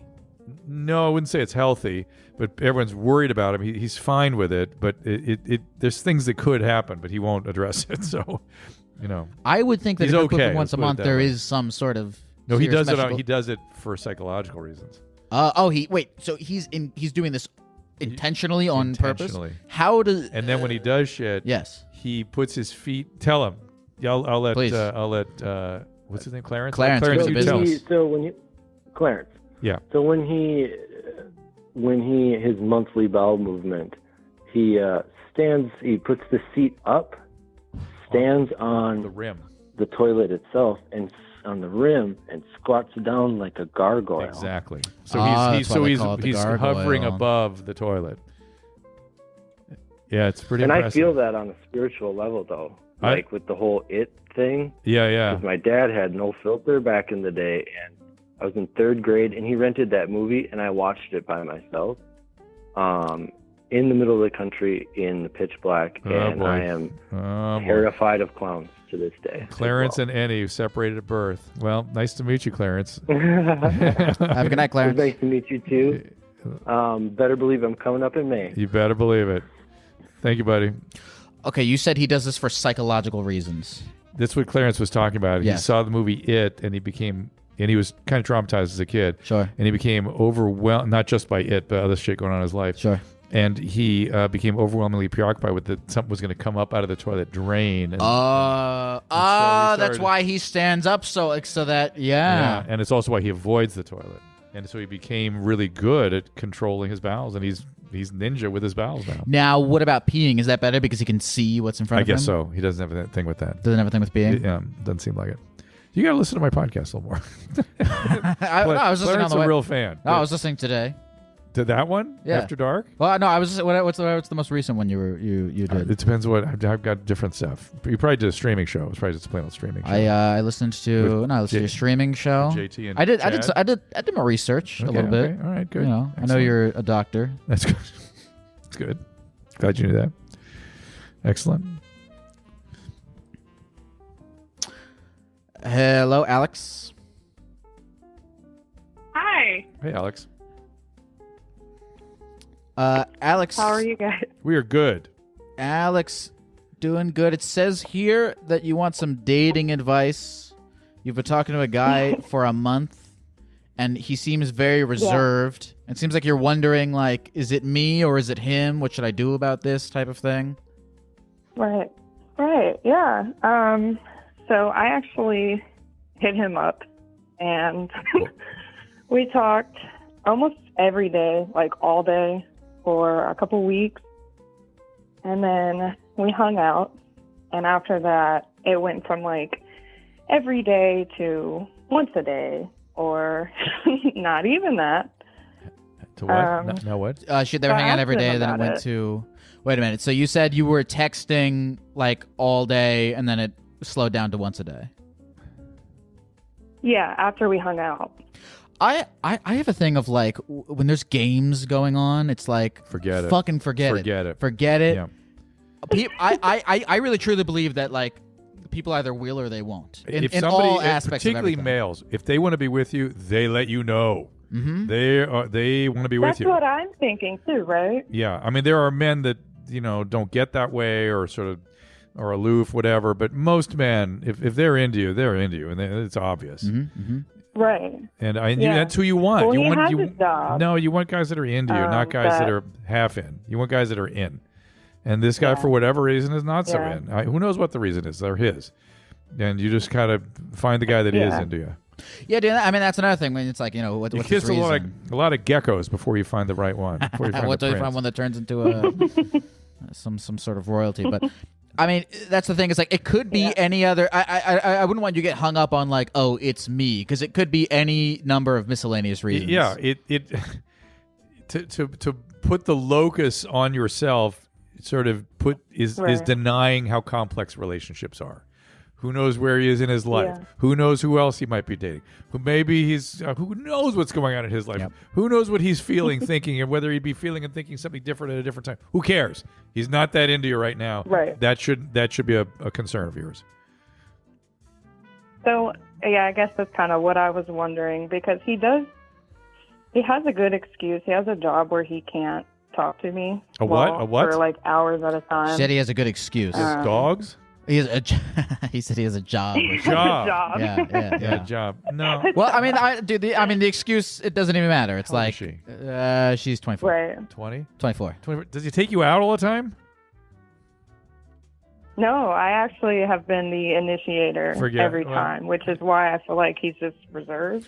No. He is very shy. No. Alex, are you like, what are you looking why are you like, I am out for a relationship, and so you're on Tinder and like swiping and like out looking for something, or did this guy just kind of happen into your life? No. So I actually about 7 months ago got out of a really, really bad relationship, and I had kind of sworn it off. And then I met him, and it sounds so lame, but like, we were just talking, like I was getting embarrassed because I felt like I wouldn't shut up because I was so excited to talk to him and he was talking to me. So I found him on social media and I talked to him, and I don't want anything, I guess. Like I'm still feeling really reserved myself because of the last relationship. How long do want to know, like, how long have you been talking to him for? No, how long ago was the last one? Oh, yeah. How long ago was that? The last one was... How long ago was it, or how long did it last? How long ago did it break up? For real? September. Okay, so you're still in the sort of reboundy, get over it phase. I mean, it's about time to have a real relationship again, but I don't know. It just doesn't... Does this guy do something very, very special for you? Is there something about him that you can't find in another person? No, but I mean, that's kind of what I was saying, was like, I didn't expect to want to talk to somebody like this already. So for me to have that, you will find it again. I will declare today with my gecko hand, you will find it today again. You will find it again. That's you wanting to be connected to other people, and that's fine. But by the way, be careful with that speed talking. Where you can't stop talking to somebody. You know what I'm talking about? Right. Men don't like that. The constant. Yeah. Well, I don't know. I mean, what about? I don't mind it because I find it entertaining, but I know generally men are just they kind of. If she wants that, do you think she should find a guy who also likes that? Who likes constant communication? I mean, that exists. I'm that guy. I like that stuff. I like it when it sits across. Right. You get that thing. I find it entertaining. It's just keep going. I don't have to talk. It's good. I talk for a living. It tires me out. That's something that I thought about as well. Is like maybe he's just not a texter, and we just texted that much at first. You're overthinking it. That's the thing. If you're even in this realm of thinking about it too much, it's like fucking. You shouldn't have to think about this stuff. You should want to be with you. You should enjoy each other. That's that. Move on. I'm too deep. Okay. Alex, good luck to you. Thanks for calling. Thanks, Alex. I get a lot of calls like that on the show, and I'm always like, I feel like a lot of people. Seems like we had a lot of calls about people shitting frequently. Doesn't everyone who takes a call-in show get a bunch of calls about people shitting frequently? Isn't that what 90% of people I'm just saying. It's just in certain platforms. Yeah. Okay, but go ahead. Well, I feel like a lot of people, I get a sense from them that there's like something missing from them or some happiness factor that they are trying to use a relationship to fill. And I'm always of the mindset of like, you should be able to feel completely on your own first. Yes, then go out into the dating marketplace. That is true, but very few people are comfortable in their own skin. Very few people can be alone. Very few people, particularly when they're young, are complete. And that's the process of growing up, is trying to bring all the pieces together. And you're right, but very few people are there. I mean, they're not calling you. Let's put it that way. You know what I mean? Yeah. Those aren't the ones calling. I always would, I guess, because a lot of people tell me like I'm pessimistic about love and relationships, but I just always see people getting like fucked because they're putting like they need it so badly, and that's causing people to be dependent on other people instead of just being able to find it within themselves. Bad boundaries, falling in love too fast. Again, love addiction. People in codependency are extremely common these days. And what I always tell people, if you have a certain pattern, if you have a pattern in relationships that you don't like, this is one of my fundamental pieces of advice. Fundamentalists. Yeah. So if you keep doing something over and over again and you can't stop, even though you keep picking guys that seem let's say it's a female. Sure. Picking guys that are totally different and yet they end up the same. Yeah. You are a perfect instrument. The fact that you were attracted to that person. We don't talk about where attractions come from. The fact that you felt lightning bolts when you saw that person should be all you need to know that will be the kind of person that will do the pattern again, because you are a perfect instrument. So what we always tell people is if you have those patterns and the lightning bolts end up the same every time, don't respond to the lightning bolts. Think butterflies, not lightning bolts. So you can be kind of, nicely attracted. But if it's, I got to be with that person, you know what you're in for. You're a perfect instrument. Butterflies, not lightning bolts. Lightning bolts. I feel like it can be hard to tell the difference sometimes, maybe. It is, and I don't mind a little bit of lightning, Sure. It's just you just know that's that pattern, and you take a look, that person's going to abandon you or abuse you or whatever your pattern is. And see if it's somebody that you can have process with. Yeah. Okay. Well, what do you think about this? Someone who's like, if I'm not feeling those lightning bolts, what is someone who's like, those lightning bolts are the reason I get into relationships? If I'm not feeling those lightning bolts, I have to have lightning bolts. That means therapy. Yeah. That means therapy. If you're somebody who has good patterns in your relationships, then you can rely on your feelings and your attractions. But if you had something that twisted them, abandonment, neglect, abuse, that kind of thing in childhood, you got to get that healed. Is it always a thing relating to childhood? Oh, yeah. That's when our brain is wired. That's where the wiring gets set up. And once it's set up, it is set up. And you have to do very, very specific things to change that wiring. Man, I got to go to therapy. Good. You'll like it. It's awesome. This is the big misconception people have. You know, again, a good therapist is you're in charge. You're conducting. You're the one in the mirror, developing the process and changing or not changing as you wish. And whatever you're getting into, even if it's painful material, they will only let you go in tolerable doses. Intolerable doses. Yeah, so it's not overwhelming or shattering, or just what you can tolerate. Just slowly get into it. So.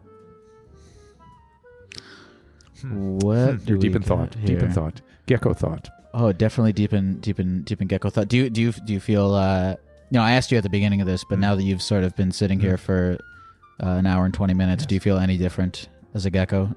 Oh, these feelings. I want to go to sleep more. These feelings that we started with, humiliation and. Oh, the humiliation went away. Okay, cool. You're feeling like humiliation went away. But I have been humiliated, so that's all done. So I don't have to worry about being further humiliated, which is nice. the pajama quality is almost overwhelming. Oh yeah, I want to find go to myself. sleep. The music, the chair, that's the part that's pajamas. troubling me. I'm yawning occasionally. I'm thinking, what the hell? What am I doing? Anything else about this? Yeah. Like I said, I feel like I should be, a couple of flies might be nice right now, and I've learned all about how to express myself sexually as a gecko, and this is improvement. You ever eaten crickets before? I actually have. What'd you think? Too garlicky for me. Yeah, I'd rather have some fresh cricket, I think. Especially now. Now, did the gecko tongue stick the way the gecko feet do? These big platforms. Yeah, there's like the way it works is there's little sticky hairs on this. Yeah, I think I used to know the word for. I think it's called. It starts with a C. Celia. Celia. Yeah. Mm-hmm. On all, I'm pretty sure they're on all parts of the body. I'm pretty sure they're on the feet. Sure, the hands, but the tongue. Do I? Will it stick to stuff? Oh yeah. So tongue sticky too, right? Tongue sticky. It's. Want to know what I can do with it? It extends pretty far. Yeah. Good. I mean, that's why people confuse me for a frog all the time, because geckos and frogs, they do have very similar. You're just leaner and longer. Yes. And hopefully nobody Googles any of this and realizes that I'm completely have no idea what I'm talking about. Okay. Good times.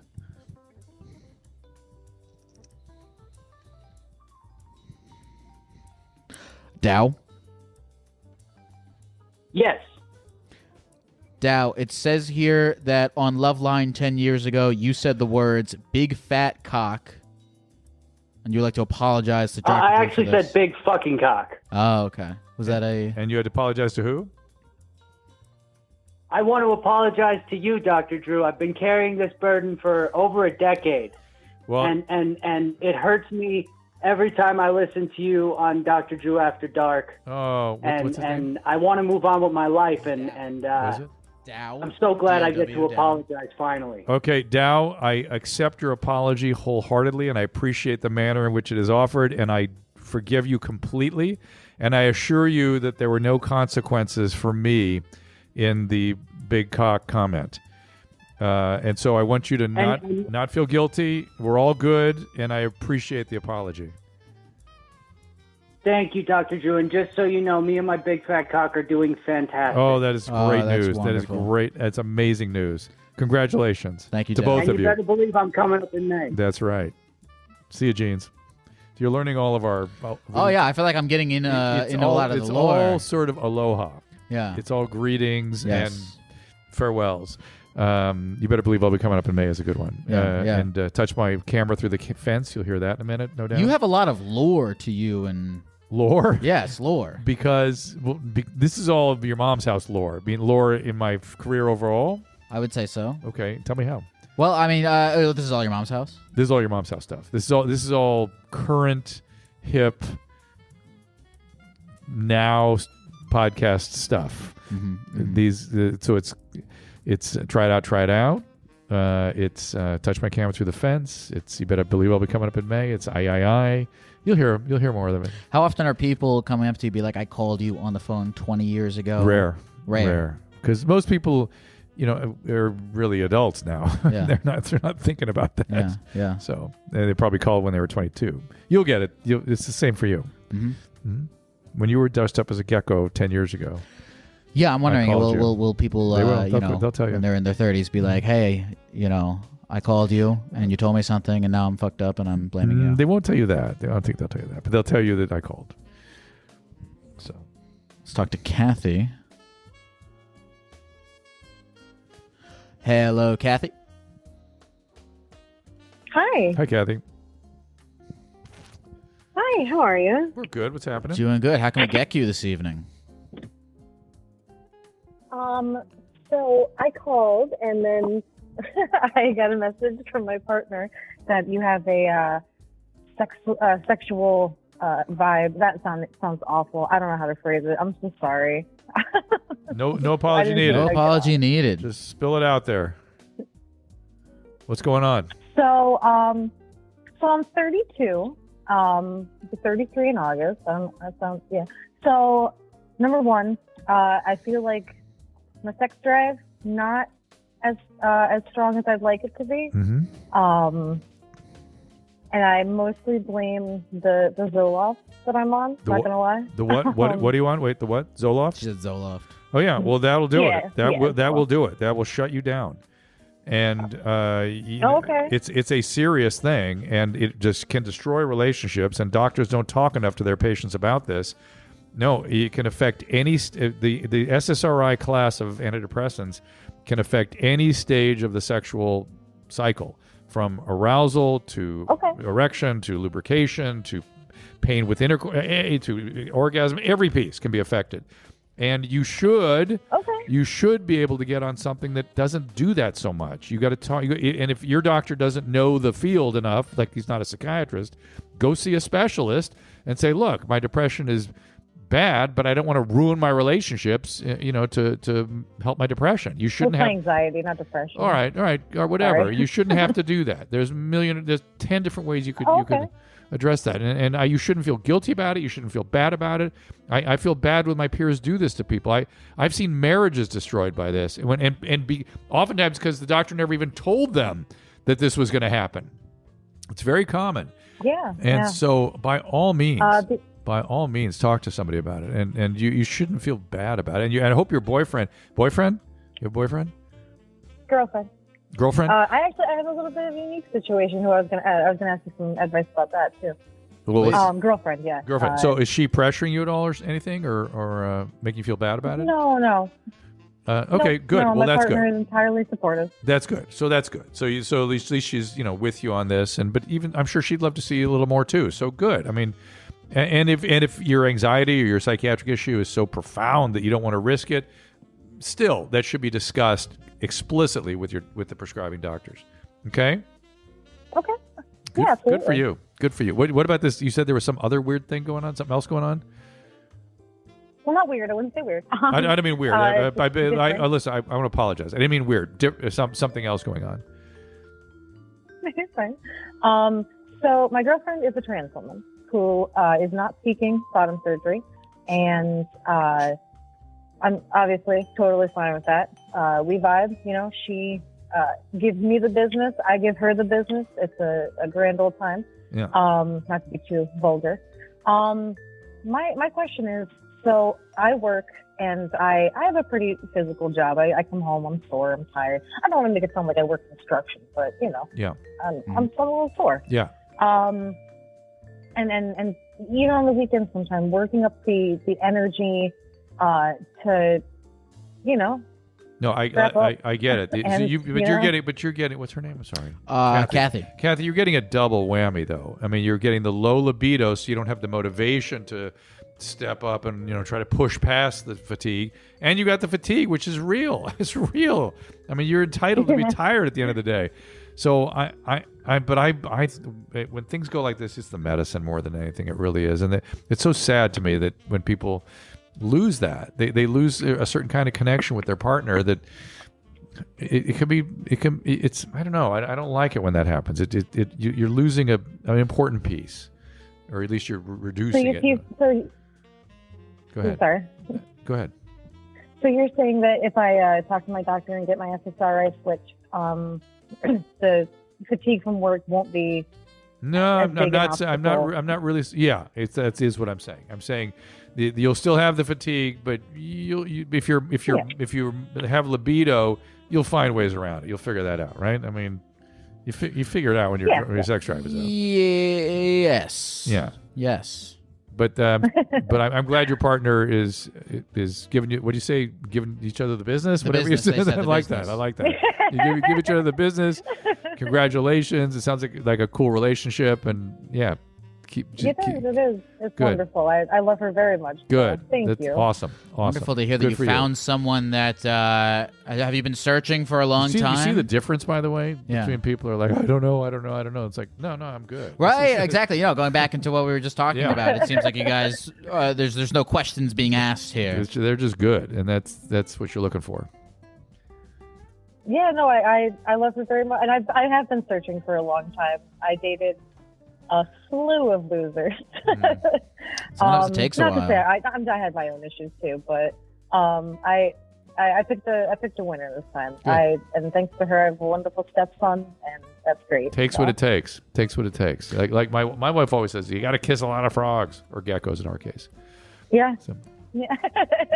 Thank you for calling, Kathy. Kathy. Well, thank you so much. I'm definitely going to talk to my doctor. Yes, please do. Please do. It makes me sad. How long were you searching before you found your wife? I was 24 when we connected. 24. But then we were on and off for several years. We got married in 31. Okay. So when you say on and off, what was the on and off situation? The on and off was we were in our 20s and we were living in different cities, and I was an idiot and wasn't ready and that kind of stuff. Mm-hmm. So I blame myself more than anything. Mm-hmm. Was there any of that going on of what we told that previous caller of if they want to be with you, they will. If they won't, they won't. Yeah, it was a little different. It was a little different. It was I really wanted to be with her, but I really didn't want to get married. And she really did want to get married. Sure. And I just knew I wasn't ready. I just wasn't ready. I barely had my head on my shoulders. I couldn't have done it. Mm-hmm. And I would have screwed things up, I'm sure, had we tried. A lot of men will feel that. They feel like I need to be at a certain place to be ready. Of course. Or else not everyone feels that way. Some people are just ready to go. Sure. But some of us are just like, I got to understand what I'm doing, who I am, what my career. I couldn't have done it. It seemed anathema to me. And when I was ready, I was ready. How did you know that you were ready? I didn't really. She came back into my life, and it felt totally different. And she started pushing the issue again. I was like, all right, I definitely want to be with you. I mean, there's really something here, and it has just expanded since then. Yeah. And the really, I always tell people the acid test is on your wedding day, walking to the altar and at the altar. You feel like you don't know until you'll have a very vivid experience, I predict, sure. if you really want to be there. Sure. Well, if you really don't want to be there, you'll have cold feet. Yeah. You'll start thinking, what am I doing? Why am I doing this? I should run away. People have those thoughts. Every time I've heard somebody talk about that, it doesn't go well. For me, I felt more like, oh my God, this is exactly where I want to be. Yeah. Screw anybody who told me had to doubts or whether I should or shouldn't do this. Yeah. Screw you all. And just, oh my God, I was so angry at everybody who was, doubting me. And I was so I had such clarity and intensity too. Like, I want to be here. This is what I want to be doing. And you feel like anything less than, I feel like I would agree with that, where anything less than that. I feel bad for you if it's less. If you have cold feet and want to run, do so. Mm-hmm. Because it will have consequence. Mm-hmm. Have you seen in your experience lots of the times where that'll just drag out for a very, very long time, people who should not be together? Oh yeah. Especially when they have these big expensive marriages and weddings, and they want to, my family will kill me and blah blah blah. Yeah. What do you think are the primary reasons for that? These social shame or anything like that? Why they stick with it? Yeah. Well, they're doing there's a million reasons, but a common one is they're marrying somebody that they think they're supposed to marry. Sure. That kind of thing. Sure. And it's one thing to have your scripts match, like your life. You have similar life courses. You come from similar systems. You understand things the same way. You have the same goals, same everything. That's different than this guy or this gal fits checks a bunch of boxes. Sure. Which people do a lot of that. They do a lot of that in weddings, and then the families get excited about that if a lot of boxes are checked, and they put on big. Now they're dealing with pressure from the mom and the dad of you can't back out now. Our families are all married. And spend $1 million on it, whatever. Yeah. And too many beautiful weddings and shitty marriages. Yeah. The marriage is what's supposed to be nice, not the wedding. Yeah, I mean, the fact that people will go into debt to fund a wedding is fucking insane to me. Beautiful weddings do not predict beautiful marriages. There's probably almost an inverse relationship. Right. I mean, it comes from people just wanting to have approval from other people over whatever it is they're doing with their life. I guess. Oof, I feel bad for people like that. Let's see here.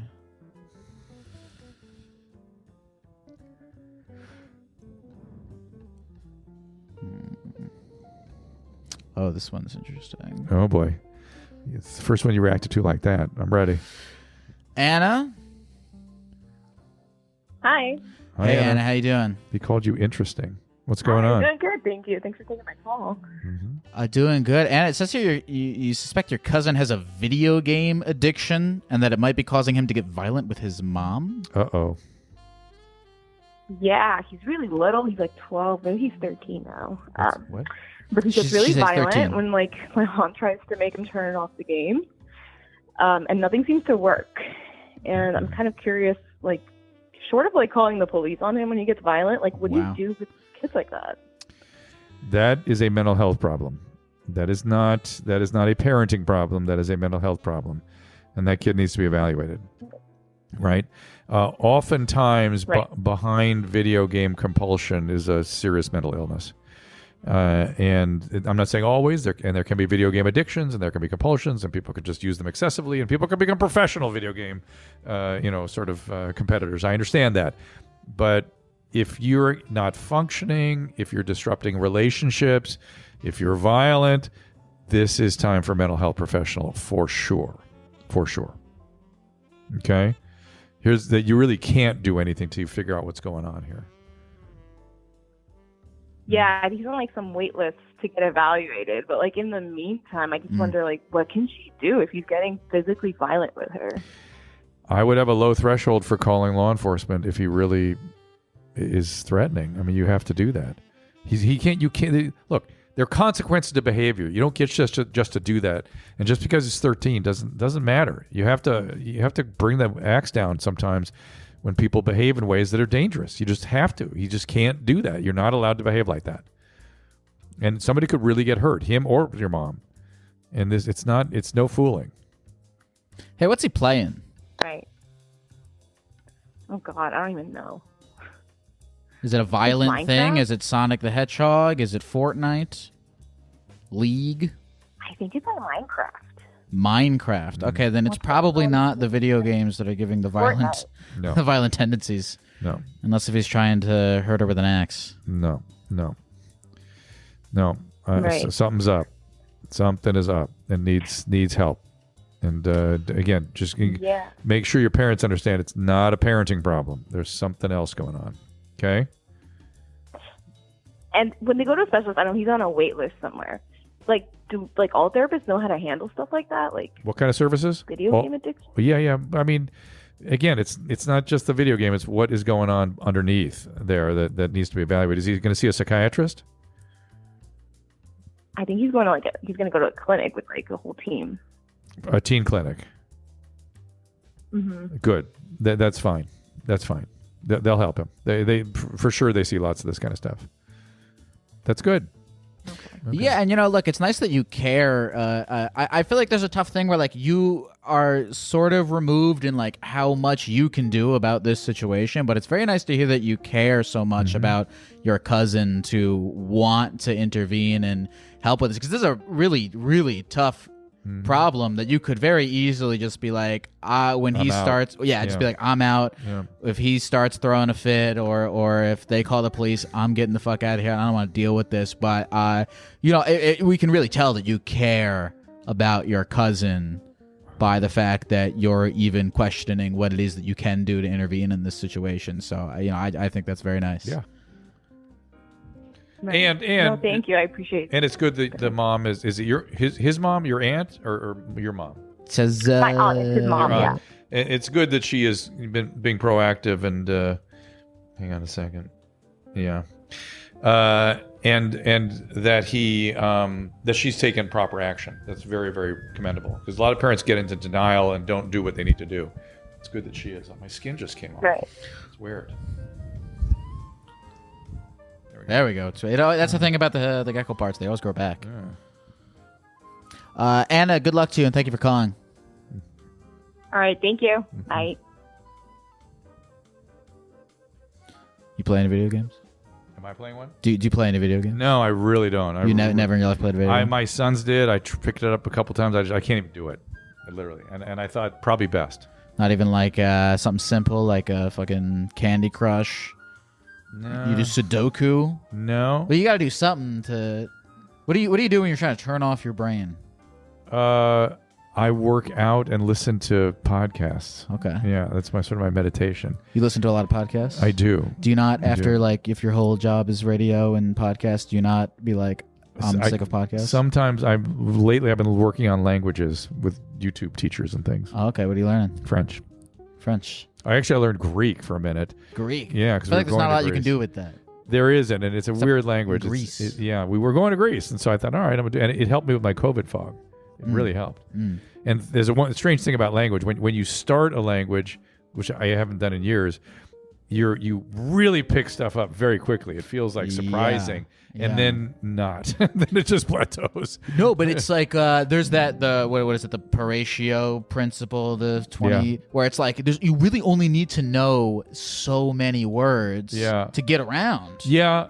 And I was telling people that my Greek was sort of a parlor game. Yeah, because I only learned I, we, and I didn't do any other conjugations, and just learned words about food and things like that, things at hotels, and it was pretty good. So, I learned. I studied in Italy, and I learned a pretty damn good amount of Italian in 1 month. And I had this epiphany where I was like, oh, it took me 1 month to like learn somewhat basic conversational Italian. What the fuck else could I do in 1 month? Like, I'm always overestimating the amount of time it takes to like fucking learn to play guitar. Physics, I keep fantasizing going back to piano and stuff. But French, I studied a long time, but I could never speak it. And then I was like, I'm gonna speak it, and I'm getting pretty good now. Do you feel like even after you take your are you doing this in anticipation for going on a trip? I did it in anticipation going on. We did also go to France, and I just kind of stayed with it. And you're staying with it. It just feels good for my brain. Yeah, it just feels good. It's hard when you don't have a reason anymore. It is, and I lose motivation sometimes. But I'm so pissed that I've got this huge vocabulary and I do understand everything, that I can't just speak it. That's ridiculous. Wait, where are you going to go? Where does anyone in I town don't speak care. French? I just, after all these years of studying and reading French and stuff, God damn it, finally I'm going to speak it. That's all. I'm just I'm tired of this. I'm going to speak it. You ever go on Omegle? A what? You know what Omegle is? No. It's like this thing where you can set it to it's this thing that like hooks you up on video chats with random strangers. A lot of the time it's used for people to jerk off, but there's a lot of people not jerking off. What was the chat roulette? Yeah. But you can set it for like a French person. Yeah, for a French person. I did that for like Italian a little bit. And would somebody actually talk to you? Yeah, you can get people to talk to you. Huh. You also a lot of people jacking off, but if you can get past that. Okay. What's it called? Omegle. I mean, I think they have it for chat roulette, but chat roulette. They both have a lot of people jacking off. I'll just hire a tutor. I'm gonna hire a tutor. It seems a little safer. That sounds like a better idea. Yeah.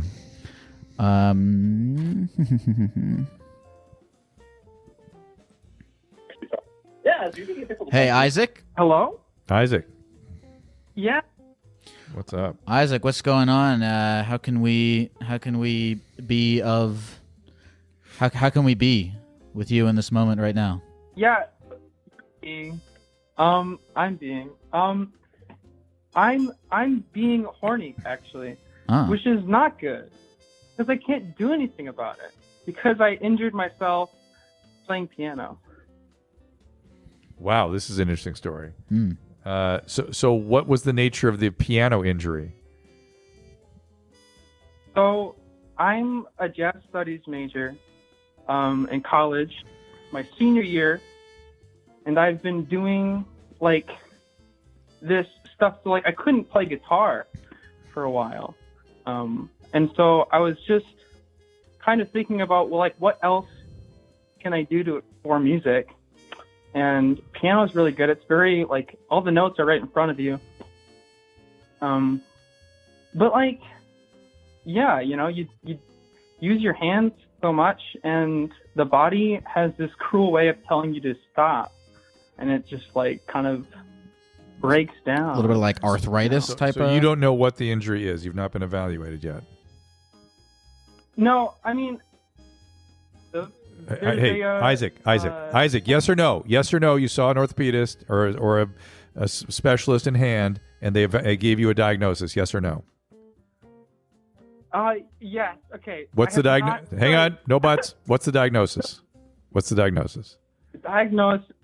Okay. Hold on. I have this thing here. Okay. Good. Tells me. Good. Okay. They wrote 1 PCP, 2, physical therapy. 3, specialist, question mark? Okay, so that's all. That's all. to get a That's not diagnosis. That's all treatment. That's all treatment. Absolutely. Yeah. So what was the diagnosis? I need to do that. Yeah, we need to see the specialist. And is it in both hands? Yeah, it is. Both hands. Why don't you teach him about fleshlights? Sing them. Have you tried? Strap one to the wall.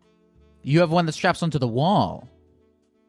No, I said I could. I was just kind of going with that idea. Okay, what's your apprehension about getting a sex toy that you can strap to a wall? Well, I don't know. I guess that's a good question. Why don't I just?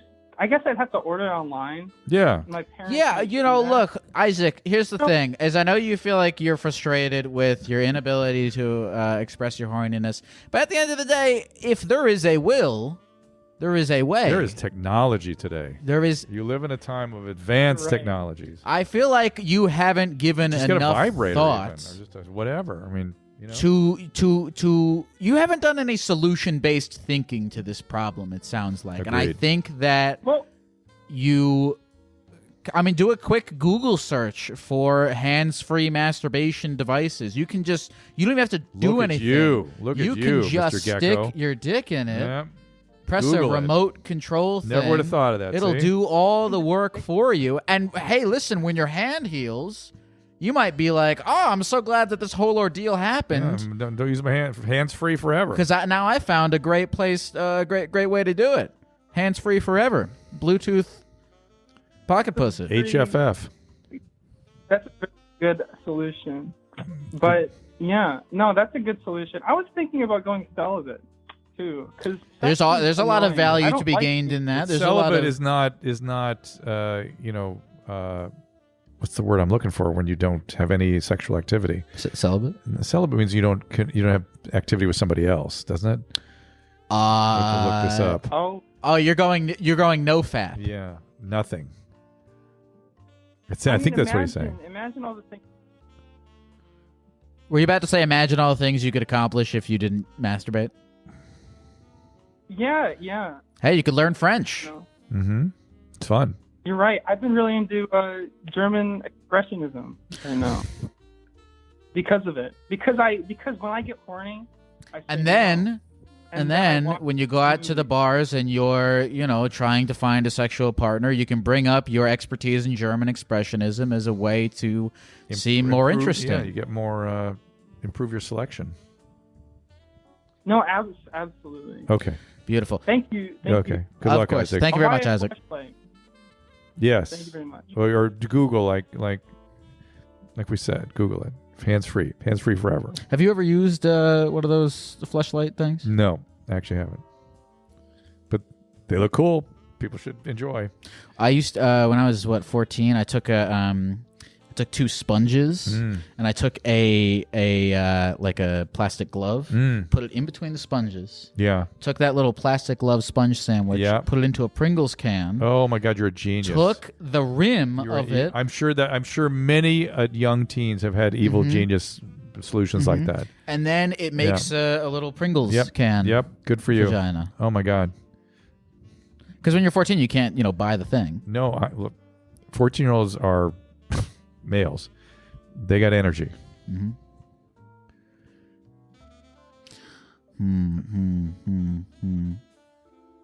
Why did God do that to young men? You know what I mean? No, he's definitely a sadist, that God. One of the first things that transgender patients, female to male, tell me is, "Oh my God, I'm so sorry. Like I didn't know this is what you were contending with." And my response is, "Yeah, this is what it feels like all the time. But imagine you're 13 contending with that." Yeah, they're having that.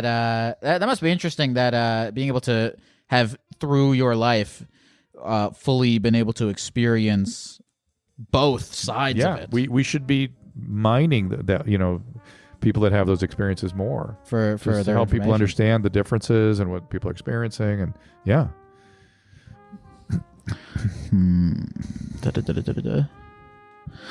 Let's talk to Nicole. Nicole? Hi. Hey, Nicole. How's it going? Good. How are you? Doing good. What's going on with you, Nicole? Oh, Dad just walked in. Oh, Jesus. Oh, there's some family drama going on. Does he want to talk?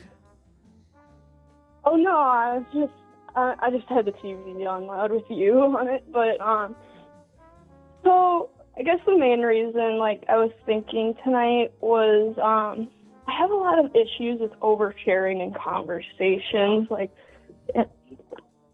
how do I describe this?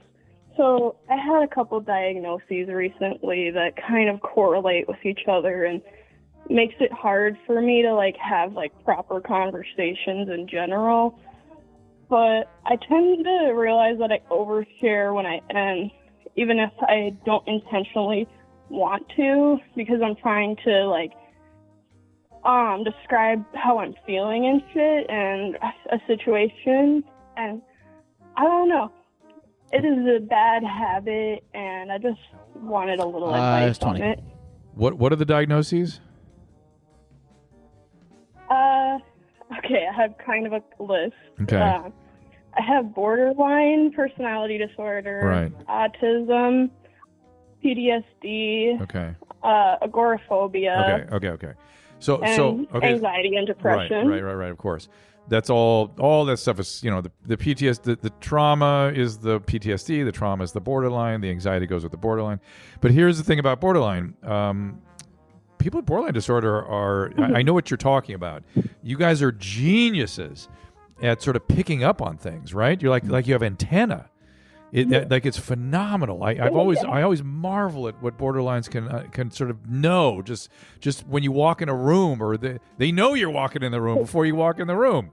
And so I understand it's a burden. I get it's a burden because you react to all that emotionally, and it's because of the trauma that your body's on all that hyper alert. It's a survival system that you've learned to, it's an adaptation. It got you to where you are now. So good, you survived, great, but you have to figure out ways to sort of dial down the borderline stuff. It can be, some of it is like I'm saying, some of it's an asset. You're like crazy tuned into the world, man. You know before somebody pulls in your driveway who's coming and why, and it's weird how it's incredible how you guys can do that, but you have to be able to regulate your emotions and understand that a lot of your stuff affects other people. And other people's minds have emotions too. At certain times you lose track of that. And so you want to do something. Yeah, you want to do something called dialectical behavioral therapy, DBT. So are you involved in DBT now? Oh, I forgot about that. What? Yeah. What's that? I've thought about that.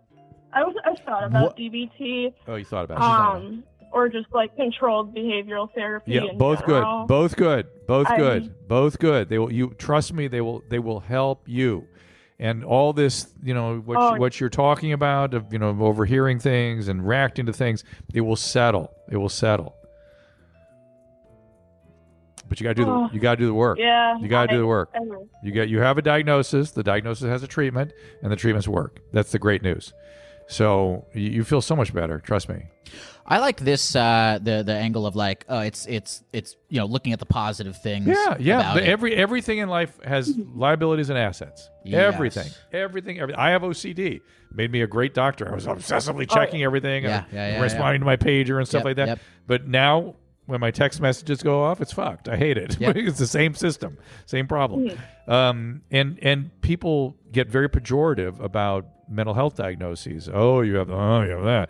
Because it makes you do things that are unpleasant or may be disruptive. But guess what? That all has treatment. And you just got to do the work, though. Okay? I think that's very helpful in the process of like accepting that about yourself, being like, oh, well, I can't get so upset about all the negative things that are going on with me because of this, because there's also the positive things that I am excited about. There are so many people out there with borderline disorder that are so grateful that they got their diagnosis and they got proper treatment because they didn't understand what was going on. Oh, I'm so happy I did because like when I was in sophomore year is when like my back started to go complete shit and my parents completely neglected it, didn't take me to the doctor and just assumed that gymnastics would just cure it and heal it. And I ended up like getting surgery after I turned 18 because they wouldn't take me to the doctor, and my boyfriend took me. Oh boy. And then all of my emotions and shit just kind of leapt out of me, and I cut everybody off. And I Okay, just so slow down. You're going back. You're going back into it. I feel it starting. Okay, and I get it. I heard you. I heard what happened, but that's the stuff that needs to be calm down. We got to calm that stuff down. Okay. And I don't even mean calm down. That sounds sort of glib. I mean, we're going to process that. We're going to regulate it, deal with it, manage it, that kind of thing. Okay. It's that like feeling of when like you know that I have that anxiety over things and I'm starting to build off. I know. It. So okay. So let me give you another little primer. So one of the things that comes with borderline personality disorder is something called projective identification. That unpleasant feelings, you put them out into other people. You inject them into people and you work them there and you regulate them. You make other people feel things. You know what I'm saying? Right? Yeah, I hate that. I hate that so much that I do that. I do it so unintentionally. I know, and you're good at it, and you're capable of it. You're starting to do it right now to us. Because I'm very sensitive to borderline stuff. I feel it when it starts. And so you're starting to do that, and DBT will get you to the place where you're like going, oh, here I'm doing that again. There's other things I can do. It just brings it into consciousness and gives you alternatives, okay? Okay, you're going to be good. Good for you. You're young. You're young. Got lots of time. You're going to take care of this stuff. Thanks for calling, Nicole.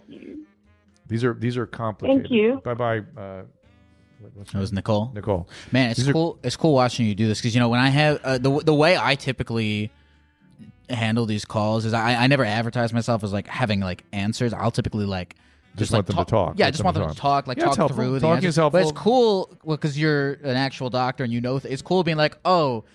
Watching you be like, oh, you're saying this, you have this, here's the actual reason as to why you're feeling this way. Here's some actual, therapies. Well, here's what we can do about it. Yeah, people are so fascinating. The human experience is, I'm so grateful to have had the ability to sit by and come to understand and experience and witness so much of the human experience that the average person does not get to see. Yeah, of course. Whether it's opening somebody up and messing around inside with knives and bovine, clamps. Their physical entrails. Or opening up in here and helping people deal with that. I'm just so grateful for that experience. I just and because I was such a profound workaholic for many a couple of decades, I had this very, very rich experience that it's very rare to find physicians that have had as much in medicine and psychiatry as I have had, and I just want to give that back. I just want to give it as much as I possibly can. So. Do you learn a lot about your own psychology by getting other people to open up? Kind of. It's not what you think. Sure. It's more. I do a lot of therapy to make sure I could really be present fully in some very incredible situations without being overtaken by it or dysregulated by it. And you start to learn really how you fit with other people and what they evoke in you. And you can, I've had so many bizarre experiences. Every good therapist will tell you that they've been in therapy and had uncanny thoughts and heard things and smelled things that are not theirs, but come from the patient. So you feel like a little bit of the what the patient's got going on is like it gets projected, it gets in you. Much the way I was talking to her about projective identification. Yeah. This is a little different. This is just something that happens naturally when people are closely attuned to each other. Yeah. But it's wild and uncanny. So you sort of learn what I would learn is really what's mine and what's somebody else's. Was there at any point in time where earlier in your career where you didn't have that clear distinction? 100%. I was not effective because of it, and I was aware of it. I was like, something. I'm not. I need to change something because this is not helpful the way I am. I would get into very rescuing modes and that kind of stuff. Yeah, to rescue and save and make better, and you don't get to do that a lot of time. You have to be present and attuned and deeply. Respond in ways that are sometimes kind of very nuanced and difficult to navigate. Yeah. And you can't do that if you're overtaken by it or you're busy rescuing people. They don't come for rescues because now you have a permanent victim that needs constant rescuing. Yeah. Okay. So you don't come to this from a place of I need to rescue them, I need to help them. You come to it from a very I have some of that still... left over because I am a codependent, but Sure. but I come from it that like I may feel that way, but I'm not going to do that. Sure. I'm not going to rescue people. I'm not going to get engaged with that. No. Yeah. I mean, do you feel like that's a lot? That's a heavy burden to put on yourself. Like, what? You know, to always want to help people. No. But like, you know, I don't know. Do you feel like it's possible to help everyone? No, and that's part of wanting to help. Yeah. Yes, it's like you do what you can. Mm-hmm. Like I told you about the ambulance driver, you got a skill set, you got some experience, you do what you can. Mm-hmm. You do what you can. But I don't know. I'm just great. I know how to express it, but just grateful that I can offer something, and that I commune with people in a certain way where I get to see these things that are important. Mm-hmm. You know? That's wonderful. I'm not always dressed like a gecko when I do that too. It's you may surprise you. Mm-hmm. But sometimes I am, clearly. I like the cool thing about having guests on in a Gecko is that like you know, I feel like you're like a different guy. Knocks you down to size. In a sense. It's like this is like ooh, look, my legs are showing. It's like Masked Singer. You become the character. That's exactly. I'm telling you that I did that show too, and that was weird. That was wild. You do become the character a little bit. Do you feel like you're becoming the character? So I'm becoming a character. I'm not about the character. I need a little more time in this outfit to become the character. How are you feeling? You down to take a few more? What's your set of Brahma? I don't want to keep you here forever. Oh, it's late. I got to get home. Okay, let me know. We do one more. Want to do one more? Okay, great. Let's see here. Anything stepping out at you? Here, look through the. Hang on a second. Too fast. Sure. You can keep scrolling. Oh, jeez. Some of these are tough. Oh, boy. My goodness. Let's do the sleep sex. Sleep sex, That's great. a good one. Hello, Sam. Hey. What's up, cool, Sam? Cool to be the last call, at least of this. Cool to have you as the last talk call. To you, Dr. Drew. Thanks, Sam. What's going on? Nothing much. Just been on hold for a while in anticipation. Well, here we are. It's happened. Anticipate no more. You're the one. What's going on? My tail's coming out. Just something that I've wanted to talk to Dr. Drew about for a while. So I don't know if it's technically a condition, but essentially, so I essentially have sex in my sleep. Like with my partner, I initiate and I'll just say the word continue. Yeah. With sex without me completely asleep, without any knowledge of what's happening. So you have but complete. I'm let me the just. one that initiates it. So hold on. So you have complete amnesia. You never wake up in the middle of it or anything like that. I usually wake up in the middle of it just from like jostling or whatever, but and I have woken up to just like making out, but I have also woken up completely like in the middle of like. Okay, and how does your partner feel about this? Usually they do not realize until I wake up and I'm like, wait, what? Oh. And have you discussed this with Like- them? Have you discussed this with them?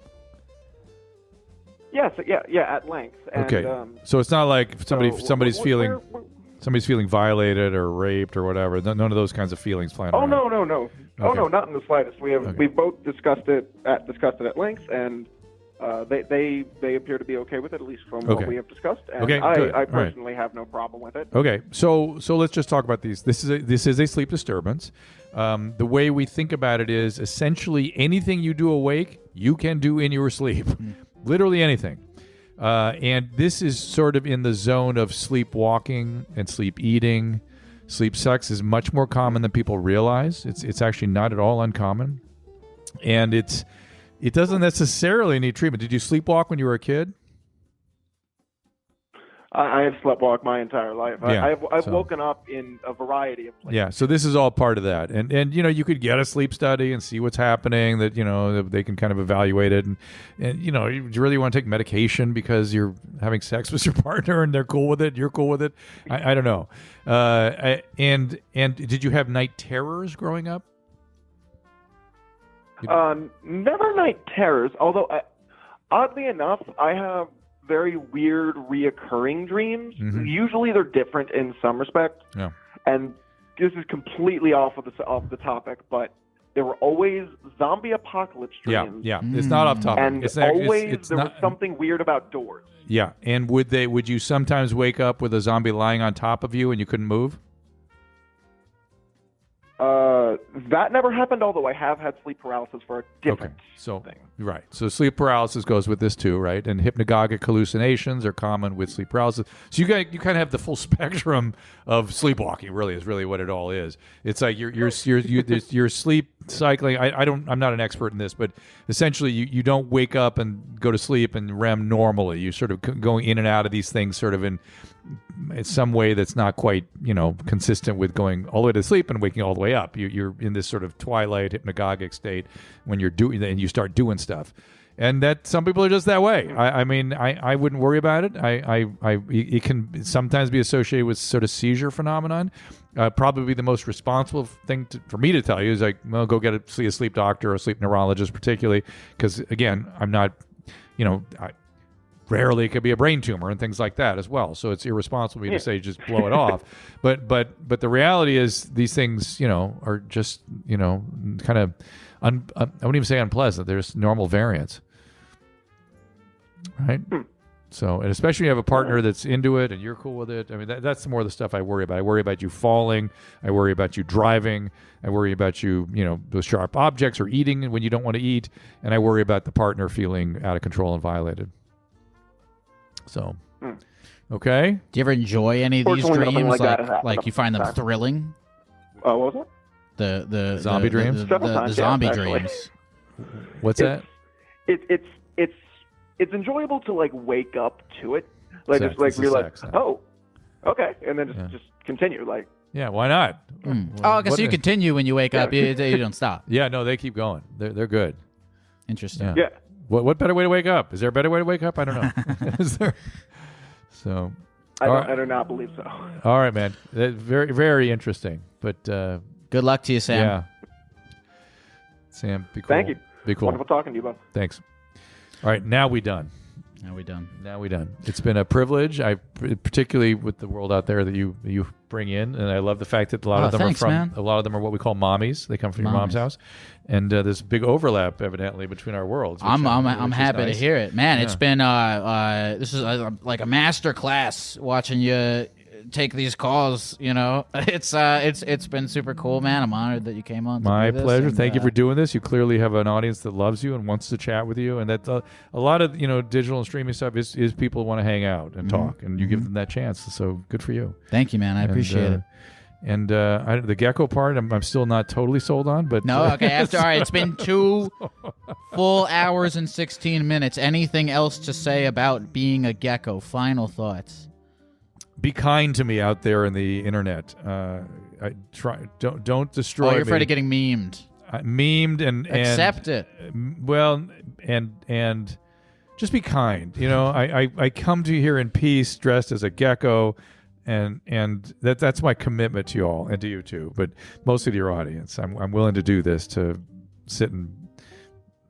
They're cool. I don't think they'll have a. Are you worried about a spin on it of some kind that is dark? I'm worried that it will emerge someday when I'm trying to do something very serious, and people. This is the thing.